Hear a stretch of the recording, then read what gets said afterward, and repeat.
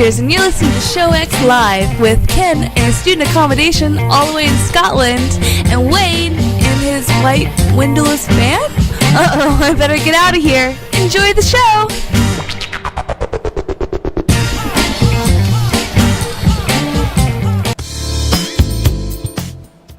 Hello, everybody, and welcome to Show X on VTWProductions.com. You are listening live at 2 p.m. Eastern, 7 p.m. GMT on Sunday, the 11th of January, 2015. Welcome back, everybody. We are all together as we have always tried to be. I say this, although I need to... it's funny because now transitioned back to the normal setup, so I'm back home in the States, made it back safely. What the... stupid things. Sorry. I was making myself hear things that I didn't want to hear. What I was trying to do... Did you stop blocking out those voices for 1 second? So no, I pulled in what the YouTube channel is for the video link, and as I was trying to post it, I started hearing it myself. And so I was like, yes. No, my earballs. I've experienced that myself, yep. Anyhow, got that all sorted. So just posted the link for everyone in the IRC, the video link this week. Which you can also find every week if you just follow the VTW Productions YouTube channel, in which case you can see every show posted right there. But I want to say I've made it back to the States safely, and so yay. For the most part, although stories to be told about the whole process and what's been going on throughout the week. And so we are back in sorts. I say this, and we're having a technical difficulty that I don't know if I'll be able to sort, which is that for whatever reason, my video camera decided that it just doesn't want to actually work today. So instead, if you're watching the video link, you get to see a beautiful static image of my avatar. Yay! But at the same time, it will be worthwhile to check the video stream because as I talk about some of the things I got to see in the last week here as I went to the Consumer Electronics Show in Las Vegas, I'll be posting pictures and walking through it and stuff like that on the video wall, or on the video stream, so check that out as well. Alright, so we are joined as always by our good friend Ken. How are you doing today, sir? Hello, my man. I am Fandavidosi. Like I said just before the show, I'm sad that we're doing the show virtually again and not as we were before physically, because that was fun. In the time that you've been away, we've managed to rearrange the entire house. I think Ken was sick of looking around and being reminded of all the mess that occurred over Christmas. So I guess you wanted to move everything around, and so we have. But things are well, pretty damn good myself. How are you doing, sir? Well, other than having technology fighting me every step of the way today, I'd say I'm doing all right. I'm almost well again, I will say, almost. And for Hando, at least, I joined the video wall via the link on the front page. I don't know if it'll work for anybody, we'll see. It's because the laptop video is working, and so you'll be able to see the side of my head this whole time. Although the front of my face is hidden from view for everyone, sorry. But I'm doing mostly good. I am, however, recovering still. I can't say I don't think I'm exhausted anymore, but I've had a lot going on. Yeah, well, yesterday I was. I think I might have gotten enough sleep today to almost be back to normal. Okay. So we'll jump right into things to discuss it with. Functional deviations.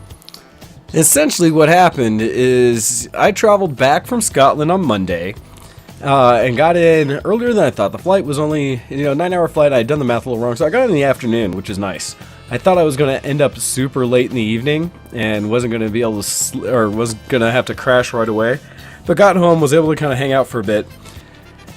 Really spent the next 2 days just kind of relaxing, trying to get some sleep because I was sick. Coming off the last days when we were out in St. Andrews and finally got some real Scottish weather and everything. And so with that, I was feeling a bit under the weather. And thankfully made it back. I got a lot of fluids in me, got some rest. And between all of that, I'd like to think that I gave my body some time to recuperate, and I needed to because I knew I was going to be heading straight away off to go to Las Vegas for the Consumer Electronics Show. And that by itself was going to be a whirlwind, and so I tried to sleep all day on Tuesday. Then Wednesday I spent most of the day in still, but did manage to go to my West Coast Swing dance class, see everybody there. It'd been a while, and it'd been like a good almost 3 weeks since I'd seen anybody, so it was nice to get back in the swing of things, and haha pun, and see everybody and do a little bit of dancing. Although I did keep it a little nicer, and I had meant to get away a little earlier, but I thought, oh, I don't really have to be up tomorrow for work like I normally do, because I'm just flying to Vegas tomorrow. And it wasn't until about 11 o'clock at night that I realized, yeah, I'm flying to Vegas tomorrow, and my flight's at 6:30 in the morning, which means I need to be at the airport at about 5 in the morning, which means I need to wake up at like 3:30 in the morning, get all packed, get ready, and go. And it's currently 11 something in the evening. I should probably go home now. At which point I did. I ran away, got about 3 hours of sleep, got everything packed up, and then headed out to Las Vegas for the Consumer Electronics Show. And I did a bit of a whirlwind there because for the previous shows you've heard me talk about whenever going, I normally have gone either with a group or spend at least 4 or 5 days out in Vegas to kind of take my time and be able to take the time walking around the huge convention center get to the extra hotels and everything else to kind of get a piece of all the action. Admittedly, this time I was on a bit of a crunch for time since I had 2 days to check it out, and one of those days was the Friday when everything packs up and everyone leaves early. And so I was pushing it. But I made it through, made it back alive, and basically have just now got enough rest that I'm almost ready to go to work tomorrow. Yay! So, that's what I've been up to that's not been geeky this week. Pretty much everything else has been geeky. Although, I did have one other piece, which is I got weak yesterday / this morning, and I remember what got me there. I had an email for an advertisement from one of the audio companies out there. They follow things like, you have things like technology companies like B&H, like this one I think was S&S or something like that. I forget what it is, but they do audio stuff, and a lot of it was things that I've gotten involved with because of looking for microphones and things like that for the show. Sure. So I got an email, and it was just because they were selling, so, it'd be dumb for me not to buy this. But of course. And I've been thinking about ways to improve the overall quality of the sound for the show. And so one of the things they had on sale that I was just like, I could probably get some of this. I'm curious how well it would help me or if it would really make any difference was some of the acoustic foam that you can get. You've seen the squares of acoustic foam? Well, they were selling it on one of the sites I was looking at for essentially is like, what was it, 12 1 foot square acoustic foam squares for like $35 or something like that. That's good. Nice. Yeah, 2-inch foam slats. I was like, I should get some of those. So I ordered 2 sets, so like 24 square feet, which I know won't fill my office in any way really, but I was thinking I would just put it along the ceiling of my office for the most part, because most of my walls, most of my walls are fairly covered with pictures, posters, things like that. And as much as I know that's where I really need it to get rid of some of the reverberation of sound, I figured if I put it up on the ceiling, it might help a bit, quiet some things out. It will. It definitely will. I remember we did this with mattresses back in our high school days when we had a little band and we were doing recordings and stuff. And we covered this guy's kitchen in mattresses. We all brought mattresses. And the difference in quality is astounding, even just with like terrible mattresses, right? And blankets and stuff. That helps a lot. So imagine the stuff that's made for it. Oh, exactly. I think it'll be noticeable. And so I got that, and so that's on order. And the other thing I found, which I think will maybe have the bigger impact, because I know my room's echoey and not the best, but at the same time I've got other background noise anyways. My computer's too loud, stuff like that when I do it, which eventually I need to sort with like a water cooling kit. But I also found they have reflective shields that you can get for your microphone. And essentially what those are just a little like dome aspect thing, or like half moon kind of things that can fit behind your microphone that also have acoustic foam on that, which essentially shields your microphone to receiving most of its noise just from directly at it.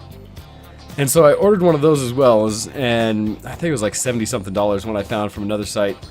But that hopefully will be able to shield the mic, put around it, and make it sound much nicer. I was this close, like just moments away from also pulling the trigger on getting one of the boom mic things, the arms that you can bring up and down so I could have this thing coming over my monitors.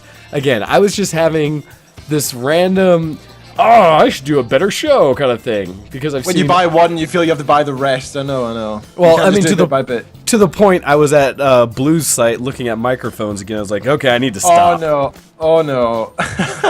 Well, Ken's got better with it be. I have to at least meet Ken. Well, no, it was because at CES, one of the things I did is stop by Blue. And I'll talk about that in a bit, but... Oh, no. Yeah, just things like that. So, I did order some stuff that hopefully will be here next couple of weeks, and we'll see if it makes any difference for the quality of the audio on the show. Can't do anything for our lovely faces, unfortunately. But it might do something. Get plastic surgery, I suppose. I don't know. I figure once I get... I know. We can get Kitten Features to start doing your makeup. And then true. put like That's a a good light idea. on you and such, and then we can all look prettier. Anyhow, so that's what I did. I don't think this face can be improved, though, really. I mean, come on. So how about yourself, sir? What have you been up to this week that's not been geeky? Not geeky, no, that is tough. So I don't mind saying that in the past week we had our tax rebate. So Yes. we had a little bit of cash come in, which wasn't very nice. So we've actually booked one holiday and thinking about booking a second for the next 2 months. Money, money, money, money. It is sweet when you now that the reception and wedding's all paid for, we don't need to worry so much about saving for the future anymore. We now kind of actually this is now the future, so it's kind of nice. So that's Nice. good. So we're going to Amsterdam next month. That will be sweet. We're going for 2 nights, so 3 days. It's going to be an experience. And plus, on the 1st of February when we fly back, our flight is supposed to scheduled to arrive at 6:30. The show starts at 7 in my time. So I'm going to be running in the door in a few weeks' time. Possibly still out my face on whatever drink I have over there, let's say. It's gonna be just like when we were flying in on a bus trying to get the show started. Except the nice thing is with me hosting it, all you'll have to do is call in and actually be here. That's true. Hopefully. So if everything turns out well, that's the plan. If we get back in time in the legs. Other than that, obviously you left on Monday. That was kind of the big thing. It started back at work. And we went out to the cinema last night. I'll talk about the film in the geek section, even though I wouldn't really call it geek, but I'll save the story for then. But yeah, I've not been to Vegas, and I've not been to CES, so my life's back to normal again this week. So yeah, I'm sorry. I'm actually flying off twice in the next month. Once down to England in a couple weeks as well, but I will be back in time for that. I'm going down for a work thing for 3 days. So there's that as well. And this time next week, I will not be here because I'm instead going to be out headbanging, drinking lots, and having a good time watching Slipknot with Graham. So that's our plan next week. Which so means next week I will have a non-Ken hosted show. Indeed.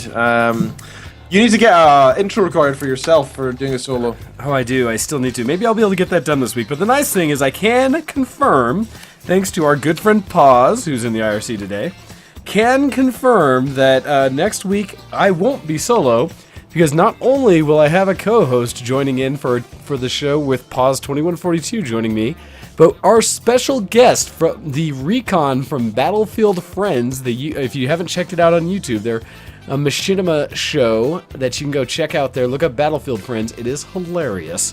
But the gentleman who plays the Recon in that series is going to join us next Sunday, and we will have some good times and interview him. So it'll be a special show, even though Ken will not be here. That already makes it special in itself. In its own special little way. But yeah, I've had a very dull week otherwise. I'm looking forward to the next few weeks. I think they're going to be more exciting. So till then, let's dive into Geek Cred and do emails and stuff. Let us do that. So we'll switch right over to things. I'm a geek. Are you a geek? Geek cred, level up! So, Ken, what have you been doing this week that is geeky? You've already hinted that you had a movie that you went and saw. Yes, and again, I would not call that geeky per se. However, it was in... Kitten Features really enjoyed it. Oh? So last night we went to the cinema in Braehead, nearby Glasgow. It's another big shopping complex, another big mall. And we went to the cinema, an Odeon cinema, and to see Into the Woods. Ah, yes. So let me actually look up the ratings and stuff because I'm interested in seeing this. So Into the Woods is, I think it's a Disney film actually. It's a conglomeration of several different stories. Let me actually read the synopsis here, get the proper one out. Here it is. It's actually based on the play, I believe. Yeah, it's actually a musical initially. So that's the wiki page I don't want to see. Okay. IMDb, thank you. Which tasks a childless baker and his wife with procuring magical items from classic fairy tales to reverse the curse put on their family tree. And it's all based in this forest. So it's a mixture of like Cinderella, Red Riding Hood, Jack and the Beanstalk, and some random baker, which doesn't really have his own story. And the idea is this witch sets them off to do these things to get rid of this curse from their house. And basically the whole movie is set in a forest where they're trying to find these items and their interactions with the other characters for different fairy tales. Now, it's not seen as different fairy tales. It's not like they pull them out of portals. They are actually just all in the same world together, and they all happen to be going on at the same time. So, Big Bad Mr. Wolf's there, Red Riding Hood and her gran, Jack and his mum, and the giants as well, and so on and so forth. Now, the idea of the film is kind of interesting, a conglomeration of different fairy tales kind of thrown together, and it's Disney. So you think to yourself, oh man, this is gonna be interesting. It's got 6.8 out of 10, with a Metascore of 69 out of 100. So, you know, 7 out of 10 is pretty good, I'd say. That's a good rating. However, I'm getting a feeling that you maybe disagree with the rating, Ken. Oh, man. So, halfway through the film, FYI, a fire alarm goes off in the theater. It was very strange because that's never happened to me before. What happened was the screen just stopped suddenly. Then it said, please evacuate the cinema in this instance. Please evacuate this cinema. And we're like, whoa, what's going on? And so they were saving you from the movie. Yeah, well, that's what I thought. I was hoping to just be done, but alas. So, by the way, the film is freaking long. What is the running time? 125 minutes, so just over 2 hours. That's only 2 hours. That's not long. Lord of the Rings and stuff are all like 3-hour movies. They need to be. So what you're saying is it felt extremely long. Felt like 4 hours, honestly it did. So the fire alarm goes off halfway through and we all pile out. Me and Ken are first out. We just like ran in front ahead of the crowd. It was quite fun actually. There's this big mall, right? And there's the occasional back fire door just in the middle of nowhere. So you go through it and then you see like the I don't know, it's like seeing behind Disney, right? You're just seeing like all the back doors. Yeah, all the ways that the businesses that people get in and out, that they move goods, things like that between the businesses. It was cool to see all the secret doorways and secret little entrances and stuff. So me and Kitten like led this crowd of like 100 behind us through all these doors, like walking fast, smashing through fire doors. It was good fun. Alarms going off. Got outside to literally thousands of people because it's a big place. This is like a ski facility as well, cinemas. Shopping center, everything all in one. So all these people are piling out, and we have to sit in the freezing cold. I checked the temperature, so it was 1 degree Celsius, and this app that I have has a UV feel. So what you actually feel how cold it is. It had -12. So I thought, that's about right. If it was very, very cold, we were like huddled in a corner, and it was raining, and it was horrible. And you know what the worst thing is? I was expecting them to like try and give us like some compensation or something, but they just piled us back in there after 20 minutes. There was absolutely nothing. I was kind of let down by that. I thought, hey, maybe at least they'll give us like a free drink or a coupon to come back for half price or something. That'd be nice, but no, nothing. So we sat out in the cold instead of sitting in nice and warm watching a film that we're supposed to be enjoying. Anyway, so we're watching this film. I initially, when I was shown the trailer, I thought, interesting. It doesn't look good to me, but I'm willing to try it. So I went along, and Ken did love it. It's a musical, right? So there's lots of singing, and it's by Disney, so in theory it should be good. But there was such a mishmash of random characters just thrown together. It felt like they thought, okay, here's our running time, 2 hours and 5 minutes, and we need to fill every single second with content. So let's just have characters talking about random stuff. And then throw in the odd song here or there, and the songs weren't even necessarily plot. A lot of them I felt they were just like, oh, we should probably sing now, it's been a while. Oh, I've not seen you and you've walked down this road ever before, this road specifically, and then it sings about like the most random topic, like, we're on a road, for like 2 minutes. And I'm like, okay, like if it was advancing the plot, I can understand it, but you're just singing about random things in a sense of, we just need to fill the time. It was such a waste of our time. So it was just like that. Somebody just kind of said, every character needs to say something. Here, go. And there was a point where you thought there was the end. Turns out that was halfway through the film, right? And it feels like they'd sort of tied pretty much everything up there at that point, apart from one little thing, and then they expand on that, and then that's the rest of the film. And at that point, I think if they cut it, I might have enjoyed it at that point. I would even give it like a 5 out of 10 at that point. Because of the way it went on forever and ever, I'd give it a 2 out of 10. The actual singing as well, by the way, It was so. I actually said to Ken afterwards, you know, I bet I could write a better soundtrack than that. I'm not even good at music. But I think I could write a better soundtrack than that. The soundtrack was reminiscent of Sweeney Todd and other sort of musicals. They're very catchy. However, instead of being catchy, it's like they just said, okay, random number generator, here are the notes that fit into this bar here. Random number generate. Okay, next one. Okay, next one. Done, there's a song. And I just like, where's the actual, like, human understanding behind these songs? Where's the creativity and emotion? And instead it's just singing about random stuff with random notes, and it just did not work whatsoever. Terrible film. Absolutely terrible. I couldn't stand it. It was so boring. They were singing about random things, and people were so emotionally attached to random boring things. And whenever something big did happen, some emotional big thing, the characters didn't tend to care. They were too busy talking about their emotions, and even like the big, like Baker and the princes and stuff. They're supposed to be like these guys are gonna go to get things done. They're gonna fight things. And they're gonna fight giants and stuff. And they're like, oh no, let's talk about love for some reason. No. There's a giant stomping all over your lands right now, killing people, and you're talking about how you love this woman and how you miss her so much. I mean, go do your freaking job. Go save the land. I think any man in an army doesn't just stop and go, oh, I'm sad. I'm just gonna fall down and die here. They're like, okay, I gotta get this job done. Then I'm gonna be sad later when I'm in bed tonight alone. That's the thing, right? And the women as well. The women weren't even. I wouldn't call it sexist, but it's because everybody was a pussy, men and women. If it was just the women, it'd be called sexist. If it was just the men, it'd be called like emasculine. But it was both. It was just bad. I felt like somebody needed to man up. The only ones who would do it were the kids, and the kids didn't give a crap. They were just doing what they needed to do. But the adults were all just so wishy-washy, all with emotion, and it just didn't feel right. I mean, even in other Disney films, they care less about emotion than this one. It was just. They tried so hard to fit in different themes and different things, it didn't work. Do not recommend. Avoid at all costs. Horrible film. If you disagree, please do tell me though, because I'd love to hear why you think it's anyone else has seen Into the Woods and thinks that Ken is being a complete fanny for his opinion of what the movie was, and it was really a work of art, and that everyone else needs to go out there and see it, please let us know. Definitely. But other than that, Geek Cred, let's see. Oh, geez, sorry. After rant about movie. Yeah. What games have I playing this week? So I can't play League and I can't torrent. So I've been trying to torrent some OC Remix music. Okay. Since OC Remix music is what we use for the show, right? A lot of the time.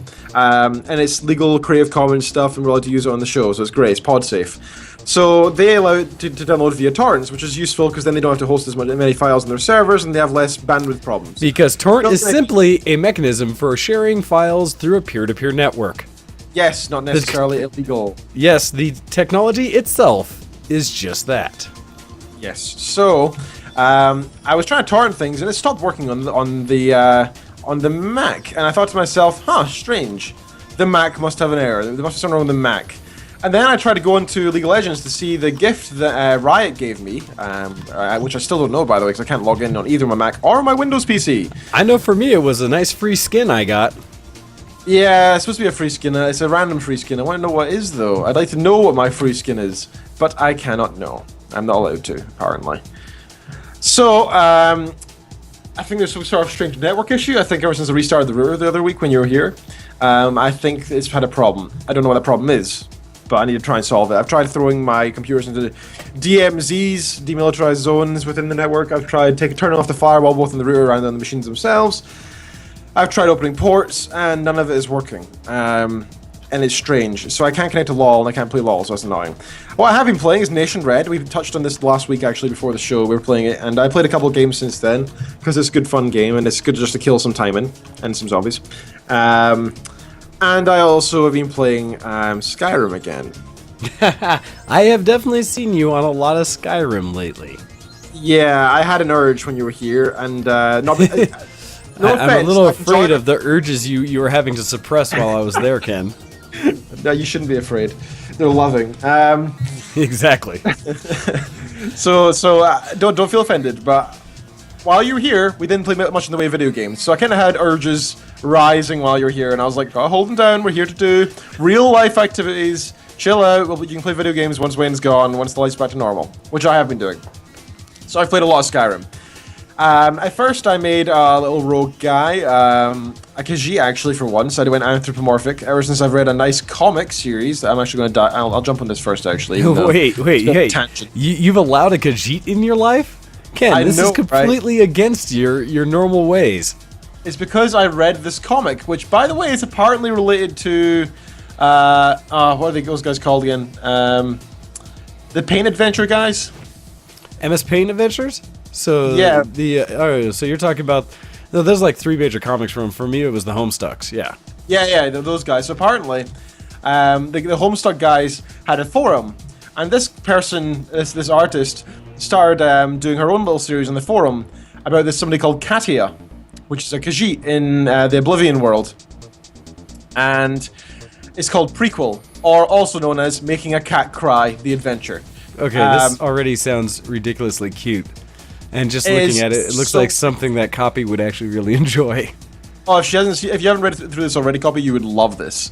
It's so good. It's all controlled by people writing commands through this little interface on the website. So the comics will release that even more sounds exactly like what Copy would appreciate. That's very much a like Twitch plays Pokemon kind of style. Oh, it very much is kind of like that, yeah. But it's so awesome. It's so good. I like the artwork. It's a lot of interesting. Oh, by the way, dude. So the very first comic, the very first one, is all paint, right? It's MS Paint, and it's kind of eh. Then slowly over time, the artist starts introducing GIFs, right? Like the eyes rolling or the tail wagging, and it's very cute when she's excited with things, or dancing on poles or whatever. And it's like, oh, it's cool. They're GIFs. It's nice to see her improving. Then at one point, randomly, it's not even Flash. Suddenly, these comics become like fully animated or something? Yeah, like beautiful. Like I'll see if I can find an example. Well, I'm actually showing everyone on the video stream as I'm scrolling through just some of the work so they can see essentially what it looks like. And I'm not spending enough time to actually kind of go into what the comic's saying, but just to see what the pages look like. Sure. And I love the artwork on it. That's pretty slick. There's some beautiful stuff. I'll see if I can find the one really, really impressive one. But basically, with a mix of JavaScript and I think they use some sort of HTML5 sort of stuff. The entire comic looks absolutely amazing, like absolutely beautiful and scary. You know how you see that one? What's that one anime comic where you scroll down and then the face like comes out the screen towards you and like leaves the panels? That kind of stuff happens in here. It's absolutely amazing. It blew me away. I wasn't expecting it. So check it out. It's a really good little comic. Highly recommend it. But anyway, after reading through the whole thing in like a week, I decided to.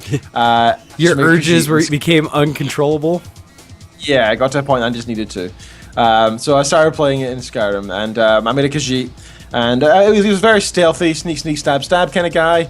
And generic daggers, maybe some bow action. And it was fun. He also did a lot of blacksmithing and enchanting, and it was cool. And I have lots of mods installed, 65 or so.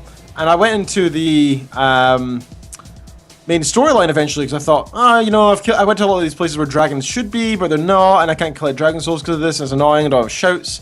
So I'm going to do the main storyline, and it broke.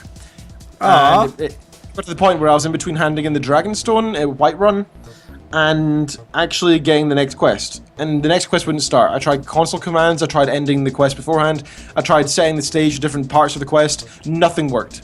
I tried killing the characters and resurrecting them in case there was some sort of weird glitch, nothing worked. Nothing. So I had a horrible, horrible time. Really, really annoying. So I decided to make a new character. And I did. Okay. I made... Now I'm a mage, so I've been really enjoying that now, and I've been running around. Not as a Khajiit, I got fed up with those, and it lasted 2 days. And another comic series I checked out, I think I might have mentioned it before. It's not called Limbero, even. I linked that in the IRC there. It's called JL8. So you go to limbero.org, Limber. Wow, you are doing amazing today. I know. Justice League 8-year-olds, I'm assuming. Yes, they're very cute. They're very, very cute, and it's an enjoyable comic, and it looks so professionally done. I don't know who the author is, but it's freaking amazing. Again, it's another one you'll sit and read and be like, I have just read this whole thing in one sitting. And if you're like me, you'll read both these comic series and be like, there's now 2 comic series that are beautiful, awesome, and amazing, and I'm now waiting on forever. That is one of the challenges with any of these kind of content, especially when you come in late, is that, and this one's really cute as well. You're right, it's 8-year-old Justice League. That's funny. Yep, that is amazing. You'll become emotionally involved. Oh gosh, scary. Scary. I got to the end. I got to the very end, like number 189. There's actually a couple more on the guy's Tumblr page, but the problem with the Tumblr page is very small, so it's kind of hard to see. That's why this guy made his own website for it. He's actually a fan of the thing. He's not the author. Anyway, the very last one, number 189, something kind of sad happens, and it's like I don't want to go into it too much to ruin it, but it's the saddest thing. And I'm still sitting here thinking, God damn it, write the next one, come on! I need to see. I need to make sure everybody's okay. The cute 8-year-olds. Well, it's funny because that's something that happened with essentially the Homestuck kind of thing. Is the author went through a ton of the different creation of all the pages and went through a whole lot of the story, and then it got to a point where he just hadn't finished it, and everyone was freaking out saying, we want more, I can't wait! And so same kind of thing, and it happens a lot of times, and this is a challenge for a lot of people, like with manga and things like that you read, where you just really want the next book, or even just regular comic books, they do finish with some kind of epic finish, and you're just, now you are sitting on a cliffhanger like, I need to know what happens next week. Yeah, don't do this to me. It's so annoying. I've had this feeling in ages, and there's a reason I usually avoid comics. I used to read them as a kid, but it's for this very reason. I just couldn't stand this. I used to read Sonic comics when I was a kid, and I couldn't stand it then. So never mind now with real backstory and stuff. Man, it is not good. Aww. So highly recommend those series if you are into it. If you have any comic series you recommend, preferably magic-y, something I can relate to, not manga. Something I can relate to. You use your knowledge of who I am, dear listeners, and recommend some things, or yourself, Mr. Wayne, if you have anything. But I've just loved everything by Neil Gaiman. Everything by Neil Gaiman. And just like how I talked how what I had introduced Kitten features to the Sandman series. Yeah, all of the stuff that he has written in regular comics, go check that out. And the fact that you can get on apps or online through Comixology or all the different comic stores themselves, where you can buy things digitally, it's so cheap. Just go get them. The comics are so amazing, and even for those people that have that issue with the challenge of reading through panels initially, once you do it a little bit, you start to learn, and it becomes second nature. Where it's really not that hard. Oh, I know. The problem with me is, well, one, I want it to be free, and two, I want it online so I can easily access it from any device anywhere. Right? That's why that would be ideal. If not online or not free, tell me if you think it's particularly amazing. I'd still prefer those parameters though, so we'll see. Do send an email, showx@vitaproductions.com, and we'll look through anything. And especially tell me if you enjoy the series I've told you as well, because I want to squee with somebody over certain parts. Wow. Because nobody I know has read it yet. We need to support this. Ken getting back into some real geek habits there and be able to squee over some good comics. That's been a while, Ken. I'm proud of you. It's been a long while. All right. Now, I know your one is going to be very long, so I want to just think here if there's anything else I need to bring up. That's it. You're done. Too bad. Yes. Let's go ahead and jump in. I'll let you grab the email because I'll probably have a lot of talking to do here shortly, as well as hopefully a lot of questions from all of you in the IRC and you as well, Ken. So go ahead and give us our email that we have in this week. Alrighty. This one is from the Cup Check. So, yesterday came and went, and another Magic the Gathering event. Okay, before we go any further, I just forgot something else, Kiki. I knew that would happen. I knew it. Okay, tomorrow, me and Ken are going along to Geek Retreat. Yay! To take part in the Magic the Gathering night. Good man, good man. So we're going out for a meal with a friend from work, then we're going there straight afterwards. So we're going to take part in the little tournament and get some cards, and it's £10 entry, so that'll be good fun. So I'll report back with that next week if we do end up going and everything works out fine. Okay, so yesterday came and went, and another Magic the Gathering event is in the books. And in my 4th event ever, I can't seem to close the deal, and by closing the deal, I mean earning any amount of money, no matter how small, by playing a game as a hobby. Aww. One would think that the community I've surrounded myself with, as much as they control the hell out of me, I would be able to learn and soak in all of this and qualify for a Star City Invitational or make day 2 of the Grand Prix, but there's something that just won't click. The advice I'm looking for is that I keep slugging away for 11 to 12 hours in these large events as a learning venture, or should I just take a step back and look on exactly why I'm taking a game way too serious? Meh. There's always Pokemon TCG. Cupcheck. So, the thing there, Cupcheck, is that if this is something that interests you, if you really like CCGs and want to do card games and be competitive at it, keep at it. What you may have to do, you may have to really take some time and step back, yes, but look more at what deck you're playing and what kind of strategies you're using and kind of compare it to what strategies are being used against you. Really, you have to analyze why is it that you're mostly losing. You got to understand there's a randomization factor in every game where, sometimes the cards just don't pull in the order that you need them to be successful, and the teammate or the person you're competing against gets their perfect storm of getting everything exactly how they need to destroy you before you can really react, and there's not much you can do about that. But you need to look at, are you trying to do too much direct damage versus actually having enough resources to protect yourself? Are you, I don't know, there's just so many different strategies, and there is a bit of a rock, paper, scissors aspect to it, where if you're doing gosh, I forget all the terms in CCGs now, but like a card manipulation deck or something like that, where you're trying to rotate or destroy their deck quickly, or if you're doing like a mana suppression deck where you're trying to destroy any lands they have, or just things like that, you have to see, is it actually working, or is there something about it that makes it so you're relying too heavily on a single card? Stuff like that. And that's the challenge. That's what makes the game so viable and why it's been around for, quite honestly, 20 years now with Magic the Gathering, because it's been a game that has that kind of depth to it. So don't feel bad if it doesn't quite click, because there's people who, when you start playing competitively, you really play. And that's true of any kind of game. And, it goes from away from just being a casual, fun experience to where it does become a bit of work to do anything competitively. So just realize that. I can see myself falling into it not as a competitive thing, but as a collection thing. To be honest, that's kind of what I'd probably run into with Magic the Gathering, and I'm hoping not to, because oh my god, it'll cost so much. Anyway, I think what my little bit of experience with TCGs has taught me is people always say focus on your strengths, right? In real life, I don't think that's the case with TCGs. What I've learned from it is you focus on your weakness, right? Don't look at the bit that you think, oh, but that's so strong, I must be able to win in my deck.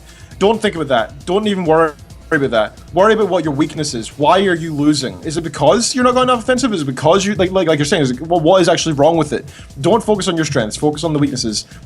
What is going wrong? Because I think what's going right is so small and difficult to find, and there's going to be so many things wrong that you're just going to have to sit and take away the things that are wrong before you find what's right. That'd be my advice. Well, and Cupcheck says in the IRC, says, I just picked the wrong deck for the metagame that was given, but I'm just wondering if I should take a break or not, or play another game and just chill. So I would say both. If you're getting frustrated with it, it's perhaps a good time to take a step away from it and not worry about the competitive side. Maybe pick up like Pokemon CCG or just any of the many others, or get on something just like get on Hearthstone for a while and just kind of play that kind of game if you enjoy it, but without that worry of going and being competitive and really challenging yourself. Or go to a tournament or some kind of event, as Copy's saying, where it's like you can play at Anime North, something like that, where you go to a big convention, but don't go to win and compete. Go to just play with people or to kind of sit down and talk the game. Talk about the meta, start figuring out, and have some other people look at your deck builds and stuff like that. But take it lightly. The key is don't let yourself get stressed out about it. Unless you are at a point where you are making money with it, let's just chill. And pause, you're asking what CCG. We're talking about the original Magic the Gathering series and all the games that go with that. And I say original, it's been so expanded that I barely recognize it anymore. But I have seen that I have some expensive cards hiding in my collection. I really need to come catalog it. So. Yeah, Ken, are you still there? You're giving funny looks. No, there's a bit of a break in the stream there. I didn't quite understand that. Oh, sorry. I was just... Yeah, no. It was just basically telling them, keep going. Yeah, that's the thing, right? If you are enjoying it, keep... But, it's the first thing you said. If you're enjoying it, keep at it. If you want to take a break, you can always come back to it in a week, a few days. The main thing about your hobby is it's there to be enjoyed, right? Unless you want to make it a profession, don't concentrate too hard. Exactly. Quite simply. Alright, with that, I am going to steal things over and start talking about my geek cred for the week, as I think I've done a very compact but very big level of credit from doing all the electronic show coverage that I just did. But, to start things off with my section, I want to give a big thanks out to Copy for continuing to follow and be a big fan of some of the Twitch streamers out there, one of which, and something she got me to watch, which is the Games Done Quickly series that are out there. They just finished up this weekend one, and you can check out their site, which is gamesdonequick.com. But where they were, it's always what they do it for raising money for a different charity of some sort, and this time they were doing it for the Prevent Cancer Foundation. One of the few groups out there that's really actively looking at how you stop cancer from coming up in the first place, not just treating it. And they were able to raise, I have stats from it, basically what they do is it's all speed runs of the games. And it's not that they're trying to necessarily set records each time, but they are going for what would be considered record times. And so when they went through, and they have people who are focused on each one of these kind of games. The one I watched was primarily a rush through Final Fantasy VII, which was great because it was one of the few games I remember this game, even though it's been so long since I played it. There were a lot of little pieces that I was like, oh god, what are they doing? And then they finally got to some sections that I did remember, like, oh yeah! But it was great because they're doing speed runs, and then they talked very specifically about the strategies they were using. And I also saw when the one guy was doing a blindfolded Legend of Zelda run through, what was it, Ocarina of Time maybe?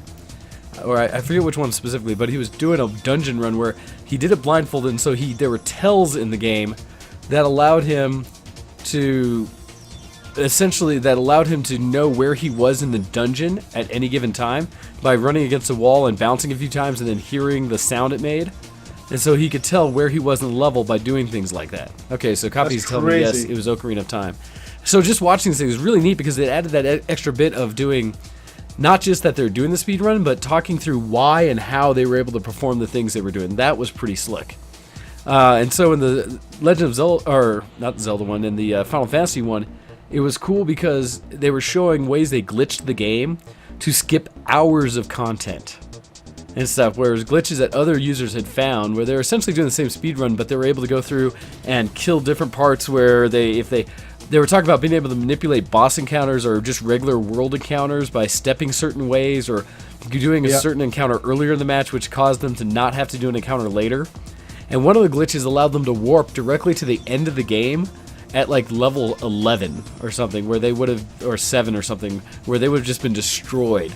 But then in order to survive, they had to run out of the level after setting it up in a certain way, go get another glitch where they got a level up item that they were able to then stack and repeatedly get more and more of these items. Oh, that's crazy. These guys are insane. Yeah, no, it's the detail they went. Became very interesting, not just entertaining, but interesting.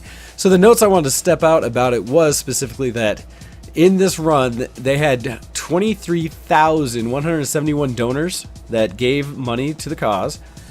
The donations total, because some of them donated over and over again, 31,340 donations with a total of $1,324,853 raised for the cause. That's insane. And so just really great effort that they did and fun to watch. Yep. So if you guys do ever, or you're interested, I haven't shown it as well, but check out Games Done Quick, and they do it multiple times throughout the year to raise money. So it was really cool. Anyhow, on to the Consumer Electronics Show 2015. All right, so I'm going to go through a few things as I do this, one of which I am going to bring up on the screen essentially my photo gallery of what I have witnessed while I was at and kind of talk through some of what I did at the show. But to set this up, I need to make it so that I'm only looking at, or what I'm showing everybody is only what's appropriate. There we go. So I'll move that over there. Move this over there. No, those hentai videos you have streaming in the background, all 77 of them. Shush. Again, this is actually, it's funny because the desktop behind is some anime girl right now. But anyhow, talking from the electronics show, and essentially what happened, and I'm going to show you all essentially a stream of my desktop so you can see what it was that I witnessed as I went there. But I flew in first thing Thursday morning. And I mean, first thing in the sense the show doesn't open until 9 in the morning, and I got into Vegas at around 7:30. Did so, and all I had done is I had packed my camera, my 3DS, so that I can get more Mii's for the little mini game there, because whenever I go to an airport, that way I can do my little street pass thing. I'm learning. Did you? Yeah, actually, I gained another like 40 or so this trip. Oh, wow. Or something like that, maybe 30 something.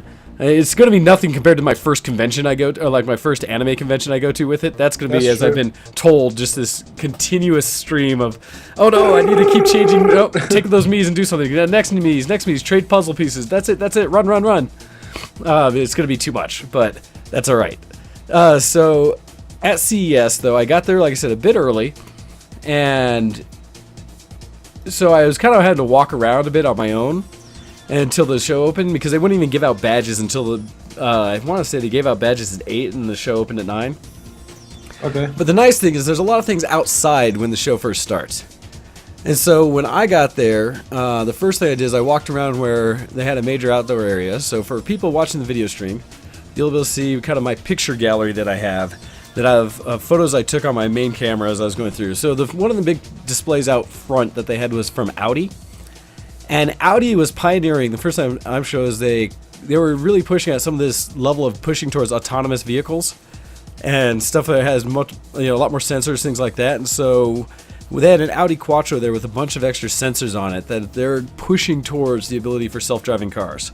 We've seen it from Google, and as well as at the convention, Mercedes did an announcement where they have a concept for self-driving cars. And so this is something where it's not 100% of the market yet, although Google would probably like to tell you they could be today, but it's coming darn soon and it's getting closer. Just being a car guy in general, looking around, there were a lot of just really nice cars there. Oh, I saw some of the Snapchats you were sending of you in some fancy car. Let's see, you're not still seeing my screen, are you? No, I'm not. Oh, that's because we restarted this call. I was like, wait a second. Sorry. You can't see what we're seeing. Let me do that. No, I was going by what the audience is hearing, which is appropriate. Yes, which is what they're hearing. I wanted you to also be able to see what is happening. So there's two sides of that. Ooh. This is interactive. Some smexy cars. Yeah, so and it's Audis, right? Audis make nice vehicles.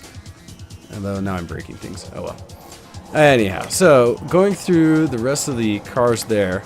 They had their top end, it's funny, it's called Bobby, but RS7 concept car, one of their high-end race types. That's cool. Like I said, all the piloting ones. So just kind of walk around, you can see I have pictures of the Vegas Strip and kind of the convention center where we're looking down towards the stratosphere. And it's funny because essentially it was empty at that point. There was nobody there. I was one of the first people walking around, which is kind of lonely. That changed very rapidly as soon as things got started. So went inside. And they had one area that was open before I was able to get into the main part, but that in the center area, they had a few booths set up. Normally things like the Engadget booth where they do a lot of interviews. CNET was upstairs in one of the booth areas. Everyone had, all like the major media outlets have their areas, which is cool because you can see them interviewing famous people. CNET. I thought you said Cena, as in like... No, from wrestling. CNET. I was like, what? CNET. As in like... Cena there. Yes, the computer network channel on the internet that have been covering things all computer related for years. Well, one of the things we had, and all my car buddies will appreciate that, is inside there at one of the booths they had the Hoonigan car that was driven by Ken Block in the latest Gymkhana video, which is something we all geek out with. But this is a Ford Mustang that has been completely built from the ground up, as I wish they just made this car. But I forget how much power it had, something like 900 horse. It's something ridiculous. But it's all-wheel drive, which Mustangs definitely are not. This one is. And so it was a sponsored car from Monster. They did in the video. It was neat to see it there, and you could tell it's been on the road. That was just geek out moment for us car guys. Also went around, they had a booth of all like the CES winners. So awards where when the company or the group that runs CES get together and see all the things being submitted for display, they go out and find things they appreciate off their own before the show even starts, and they kind of give it awards. So one of the Spotlight Awards was for this neat all-in-one, essentially light, camera, speaker, and microphone solution for your home, kind of a security thing that just plugs into a standard that's cool.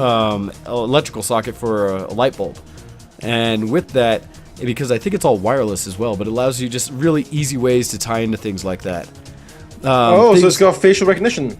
Well, so software behind it, you can do all kinds of things. But that's yeah, cool. Just so you can unlock your own door and stuff with it then. There's the potential for a lot of things. So it's just neat that someone bundled this all together with an LED lamp and such. So that was pretty slick. Just little things like this. An example from Zolman, one of our great companies that we love for cooling solutions. They've made a blade-free ceiling fan. And I had not an opportunity to find their booth to actually test it out. But I don't know if you've seen all the different Airblade fans that are from various companies where you don't see actual blades going around. I've seen the umbrella one, yeah. And so this one, I was just like, that's darn cool. A ceiling fan that's not really going to be spinning around on top of the room or something distracting you, but just pushing out air. Very cool. One of the neater ones, and I do have a video of this one that's out there that for people on Facebook should have seen, but it was one of this floating Bluetooth speaker. And so this one... I saw those actually, yeah. I saw the photos of that. And so I have a video that I posted out there on Facebook for people who ask, and I'll eventually get them all so that you can see them on YouTube and such and be able to link to them in the notes. But it's called the Air 2, and it's from Access CE, and it's neat because it's suspended essentially through air and magnets, but the top piece of the speaker just rotates and kind of floats on top of this base. And while it's really more a visual gimmick, it's something that was just neat to see. And I like that kind of stuff. Oh, yeah. It really felt futuristic, right? Of so many of the other things I saw, that speaker alone, it's got the whiz-bang effect. It just looked cool. Yeah. And so, yeah, a better picture of it as it's just zoomed in. It is truly free-floating there. And I say with the video is trying. Another one, and this one I have mixed things with the Fuel 3D. There's a lot of 3D scanners, printers, and things like that in the field, much like last year, but some companies have grown up a bit in the last year. And so there were introductions of new products, but one of them was the Fuel 3D, which is a handheld scanner. It's another one of these. They have one from Cube. That's another one that I had talked about last year, where it's another handheld scanner. And they all have the same issue. And I'm an ass when I go to these conventions, I must admit, because I sit there and having it I'll see technology that's new and exciting that these people are just check out what we did, and instead of just sitting there and appreciating the innovation they've come up with, you go and ask them thousands of questions. Well, I ask questions about the technology, but I'm an ass that also turns around and says, but could you do this? And why didn't you do this? And, it would probably be a really amazing thing if you also did this. And so I constantly am, giving them suggestions that are totally unsolicited to say, it'd be a really slick item if you could do this. Because my challenge with all these 3D scanners is that you still have to tether them to some kind of storage device or computer.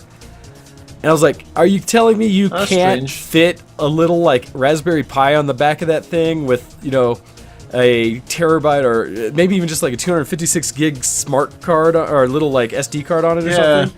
You telling me that wouldn't fit? And everyone's like, oh, no, it has to be tethered. I'm like, you're killing me. This is a real slick one. I wish I'd found the booth to see it in action. But from Zutta Labs, it's a robotic printer. And what it does is it's this little device that runs, it's no bigger than a fist, essentially. But that you set it down on a flat surface on top of paper, and it prints.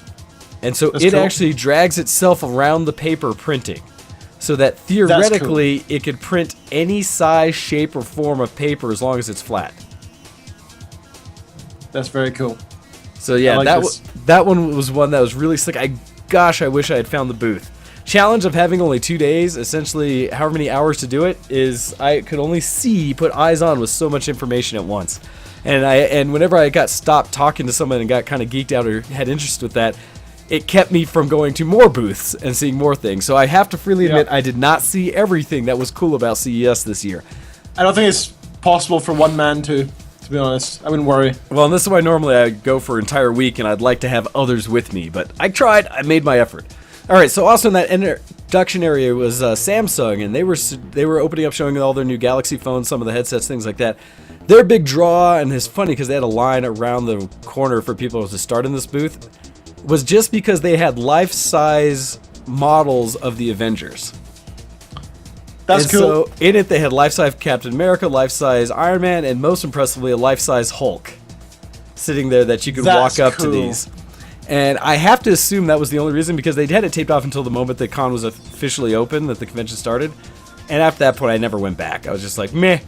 I saw it from outside. It's fine. Another picture of the Hoonigan car. Another thing they had. So, did you have no idea what they had on their station? Did they have, like, future phones coming out, or was it just it's all their newest phones and stuff that are going to be coming out, kind of thing. And I did see some of them at the booth. Very interesting. Oh, yeah. They'd absolutely have, like, your phone and some of those. And I'll talk about a couple of the phones that caught my eye. I didn't spend as much time on cell phones this year as I normally would, but I did see at least one or two that I thought were very interesting. Shout out to Onkyo, mostly because they had essentially a life-size Eddie from Iron Maiden, which is kind of their, not necessarily their mascot or symbol or whatever, but he's a figure they've come up with that kind of is part of their band. And so this thing stood about 10 feet tall. And I was just like, as soon as I saw it, I was just, oh, there's some throwback. Eddie, what's up? I thought it was cool. So I started my exploration of the con at LG. The main reason is because in the past, LG has always blown my mind for how well they set up their display just visually, for the graphics and or just the look and feel of all this stuff. Because LG is primarily a display company.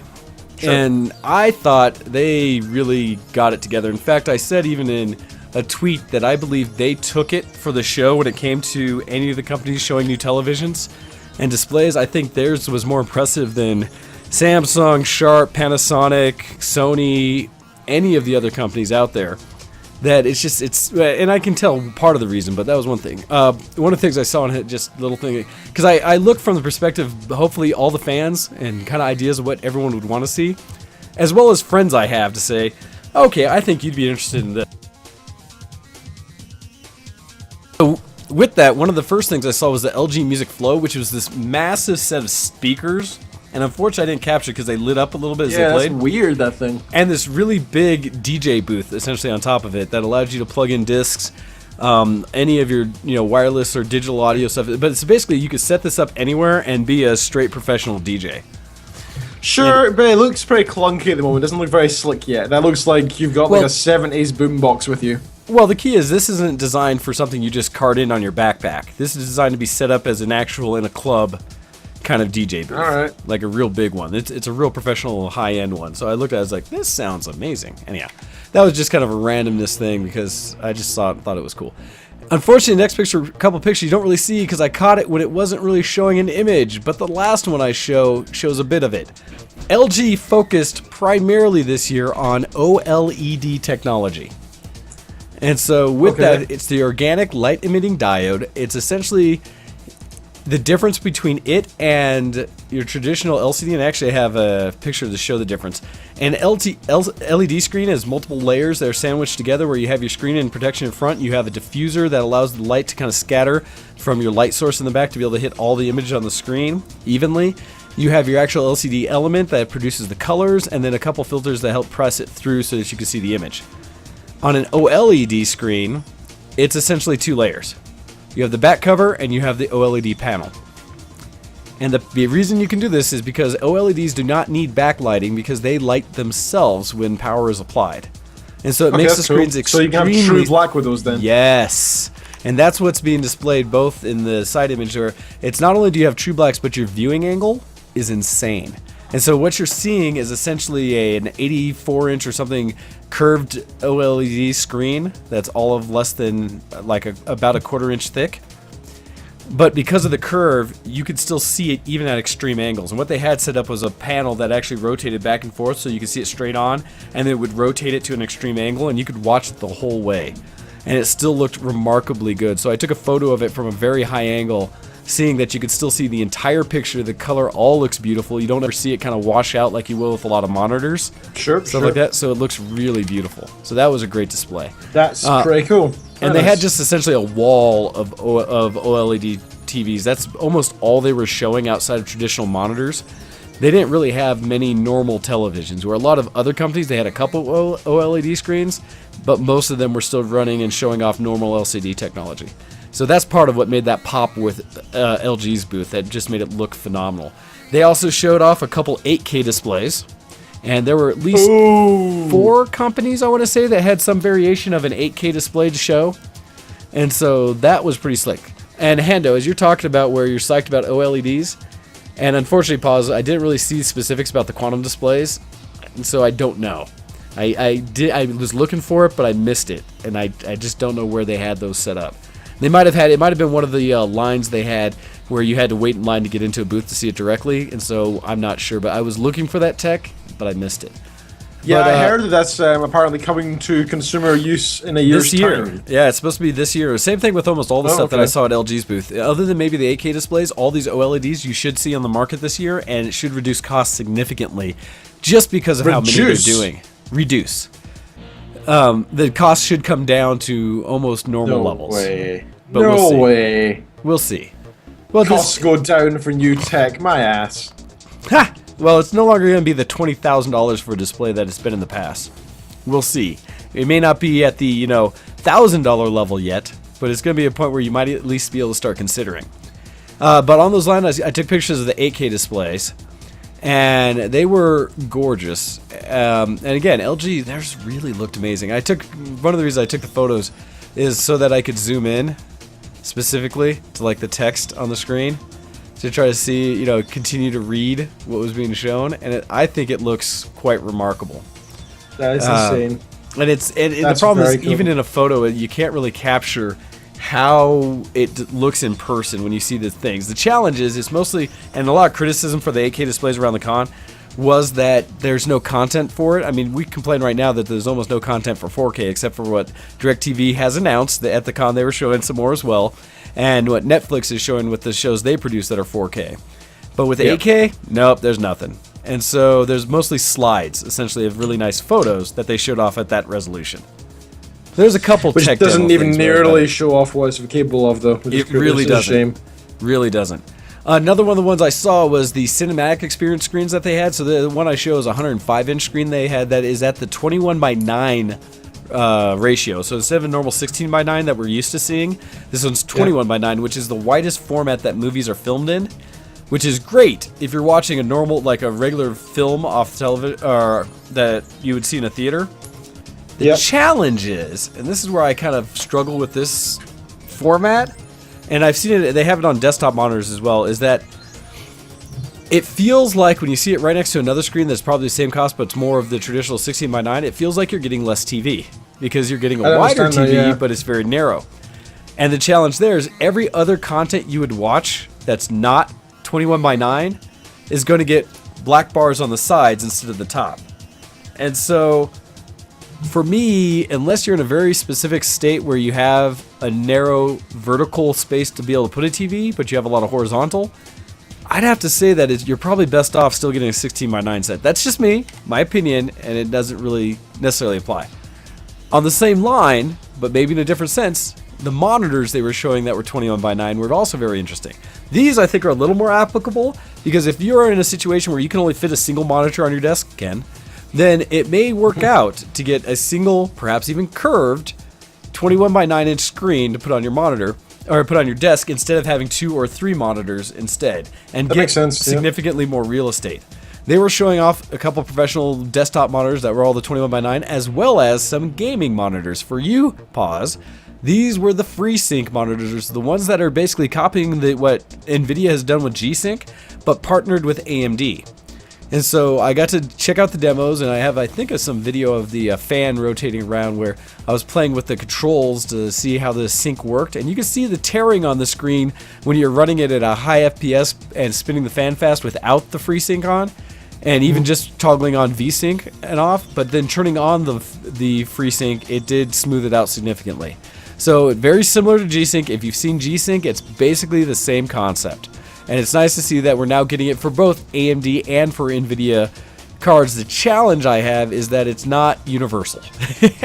We really need one of these technologies that just works so it doesn't matter which card you have, your monitor will work. Because right now what this is doing is causing me to now also buy, not only am I buying a $400 or $500 video card in some cases, I have to buy the $500 to $1,000 monitor that also matches with it. And if I'm not doing both, then I'm kind of screwing myself, right? I have to keep down the line of all AMD and FreeSync or all NVIDIA and G-Sync. And so it's sticking you down one company's path a little too much. That's how it's going to be in the future, though. I can see people doing that. I can see companies doing that more. I don't know why they haven't in the past. I mean, Apple's been known for it with a lot of their devices, that they force you to use their standards, so they force you to stay in their little... But the difference here is it's within their architecture, within their own little world that they have. Well, the challenge...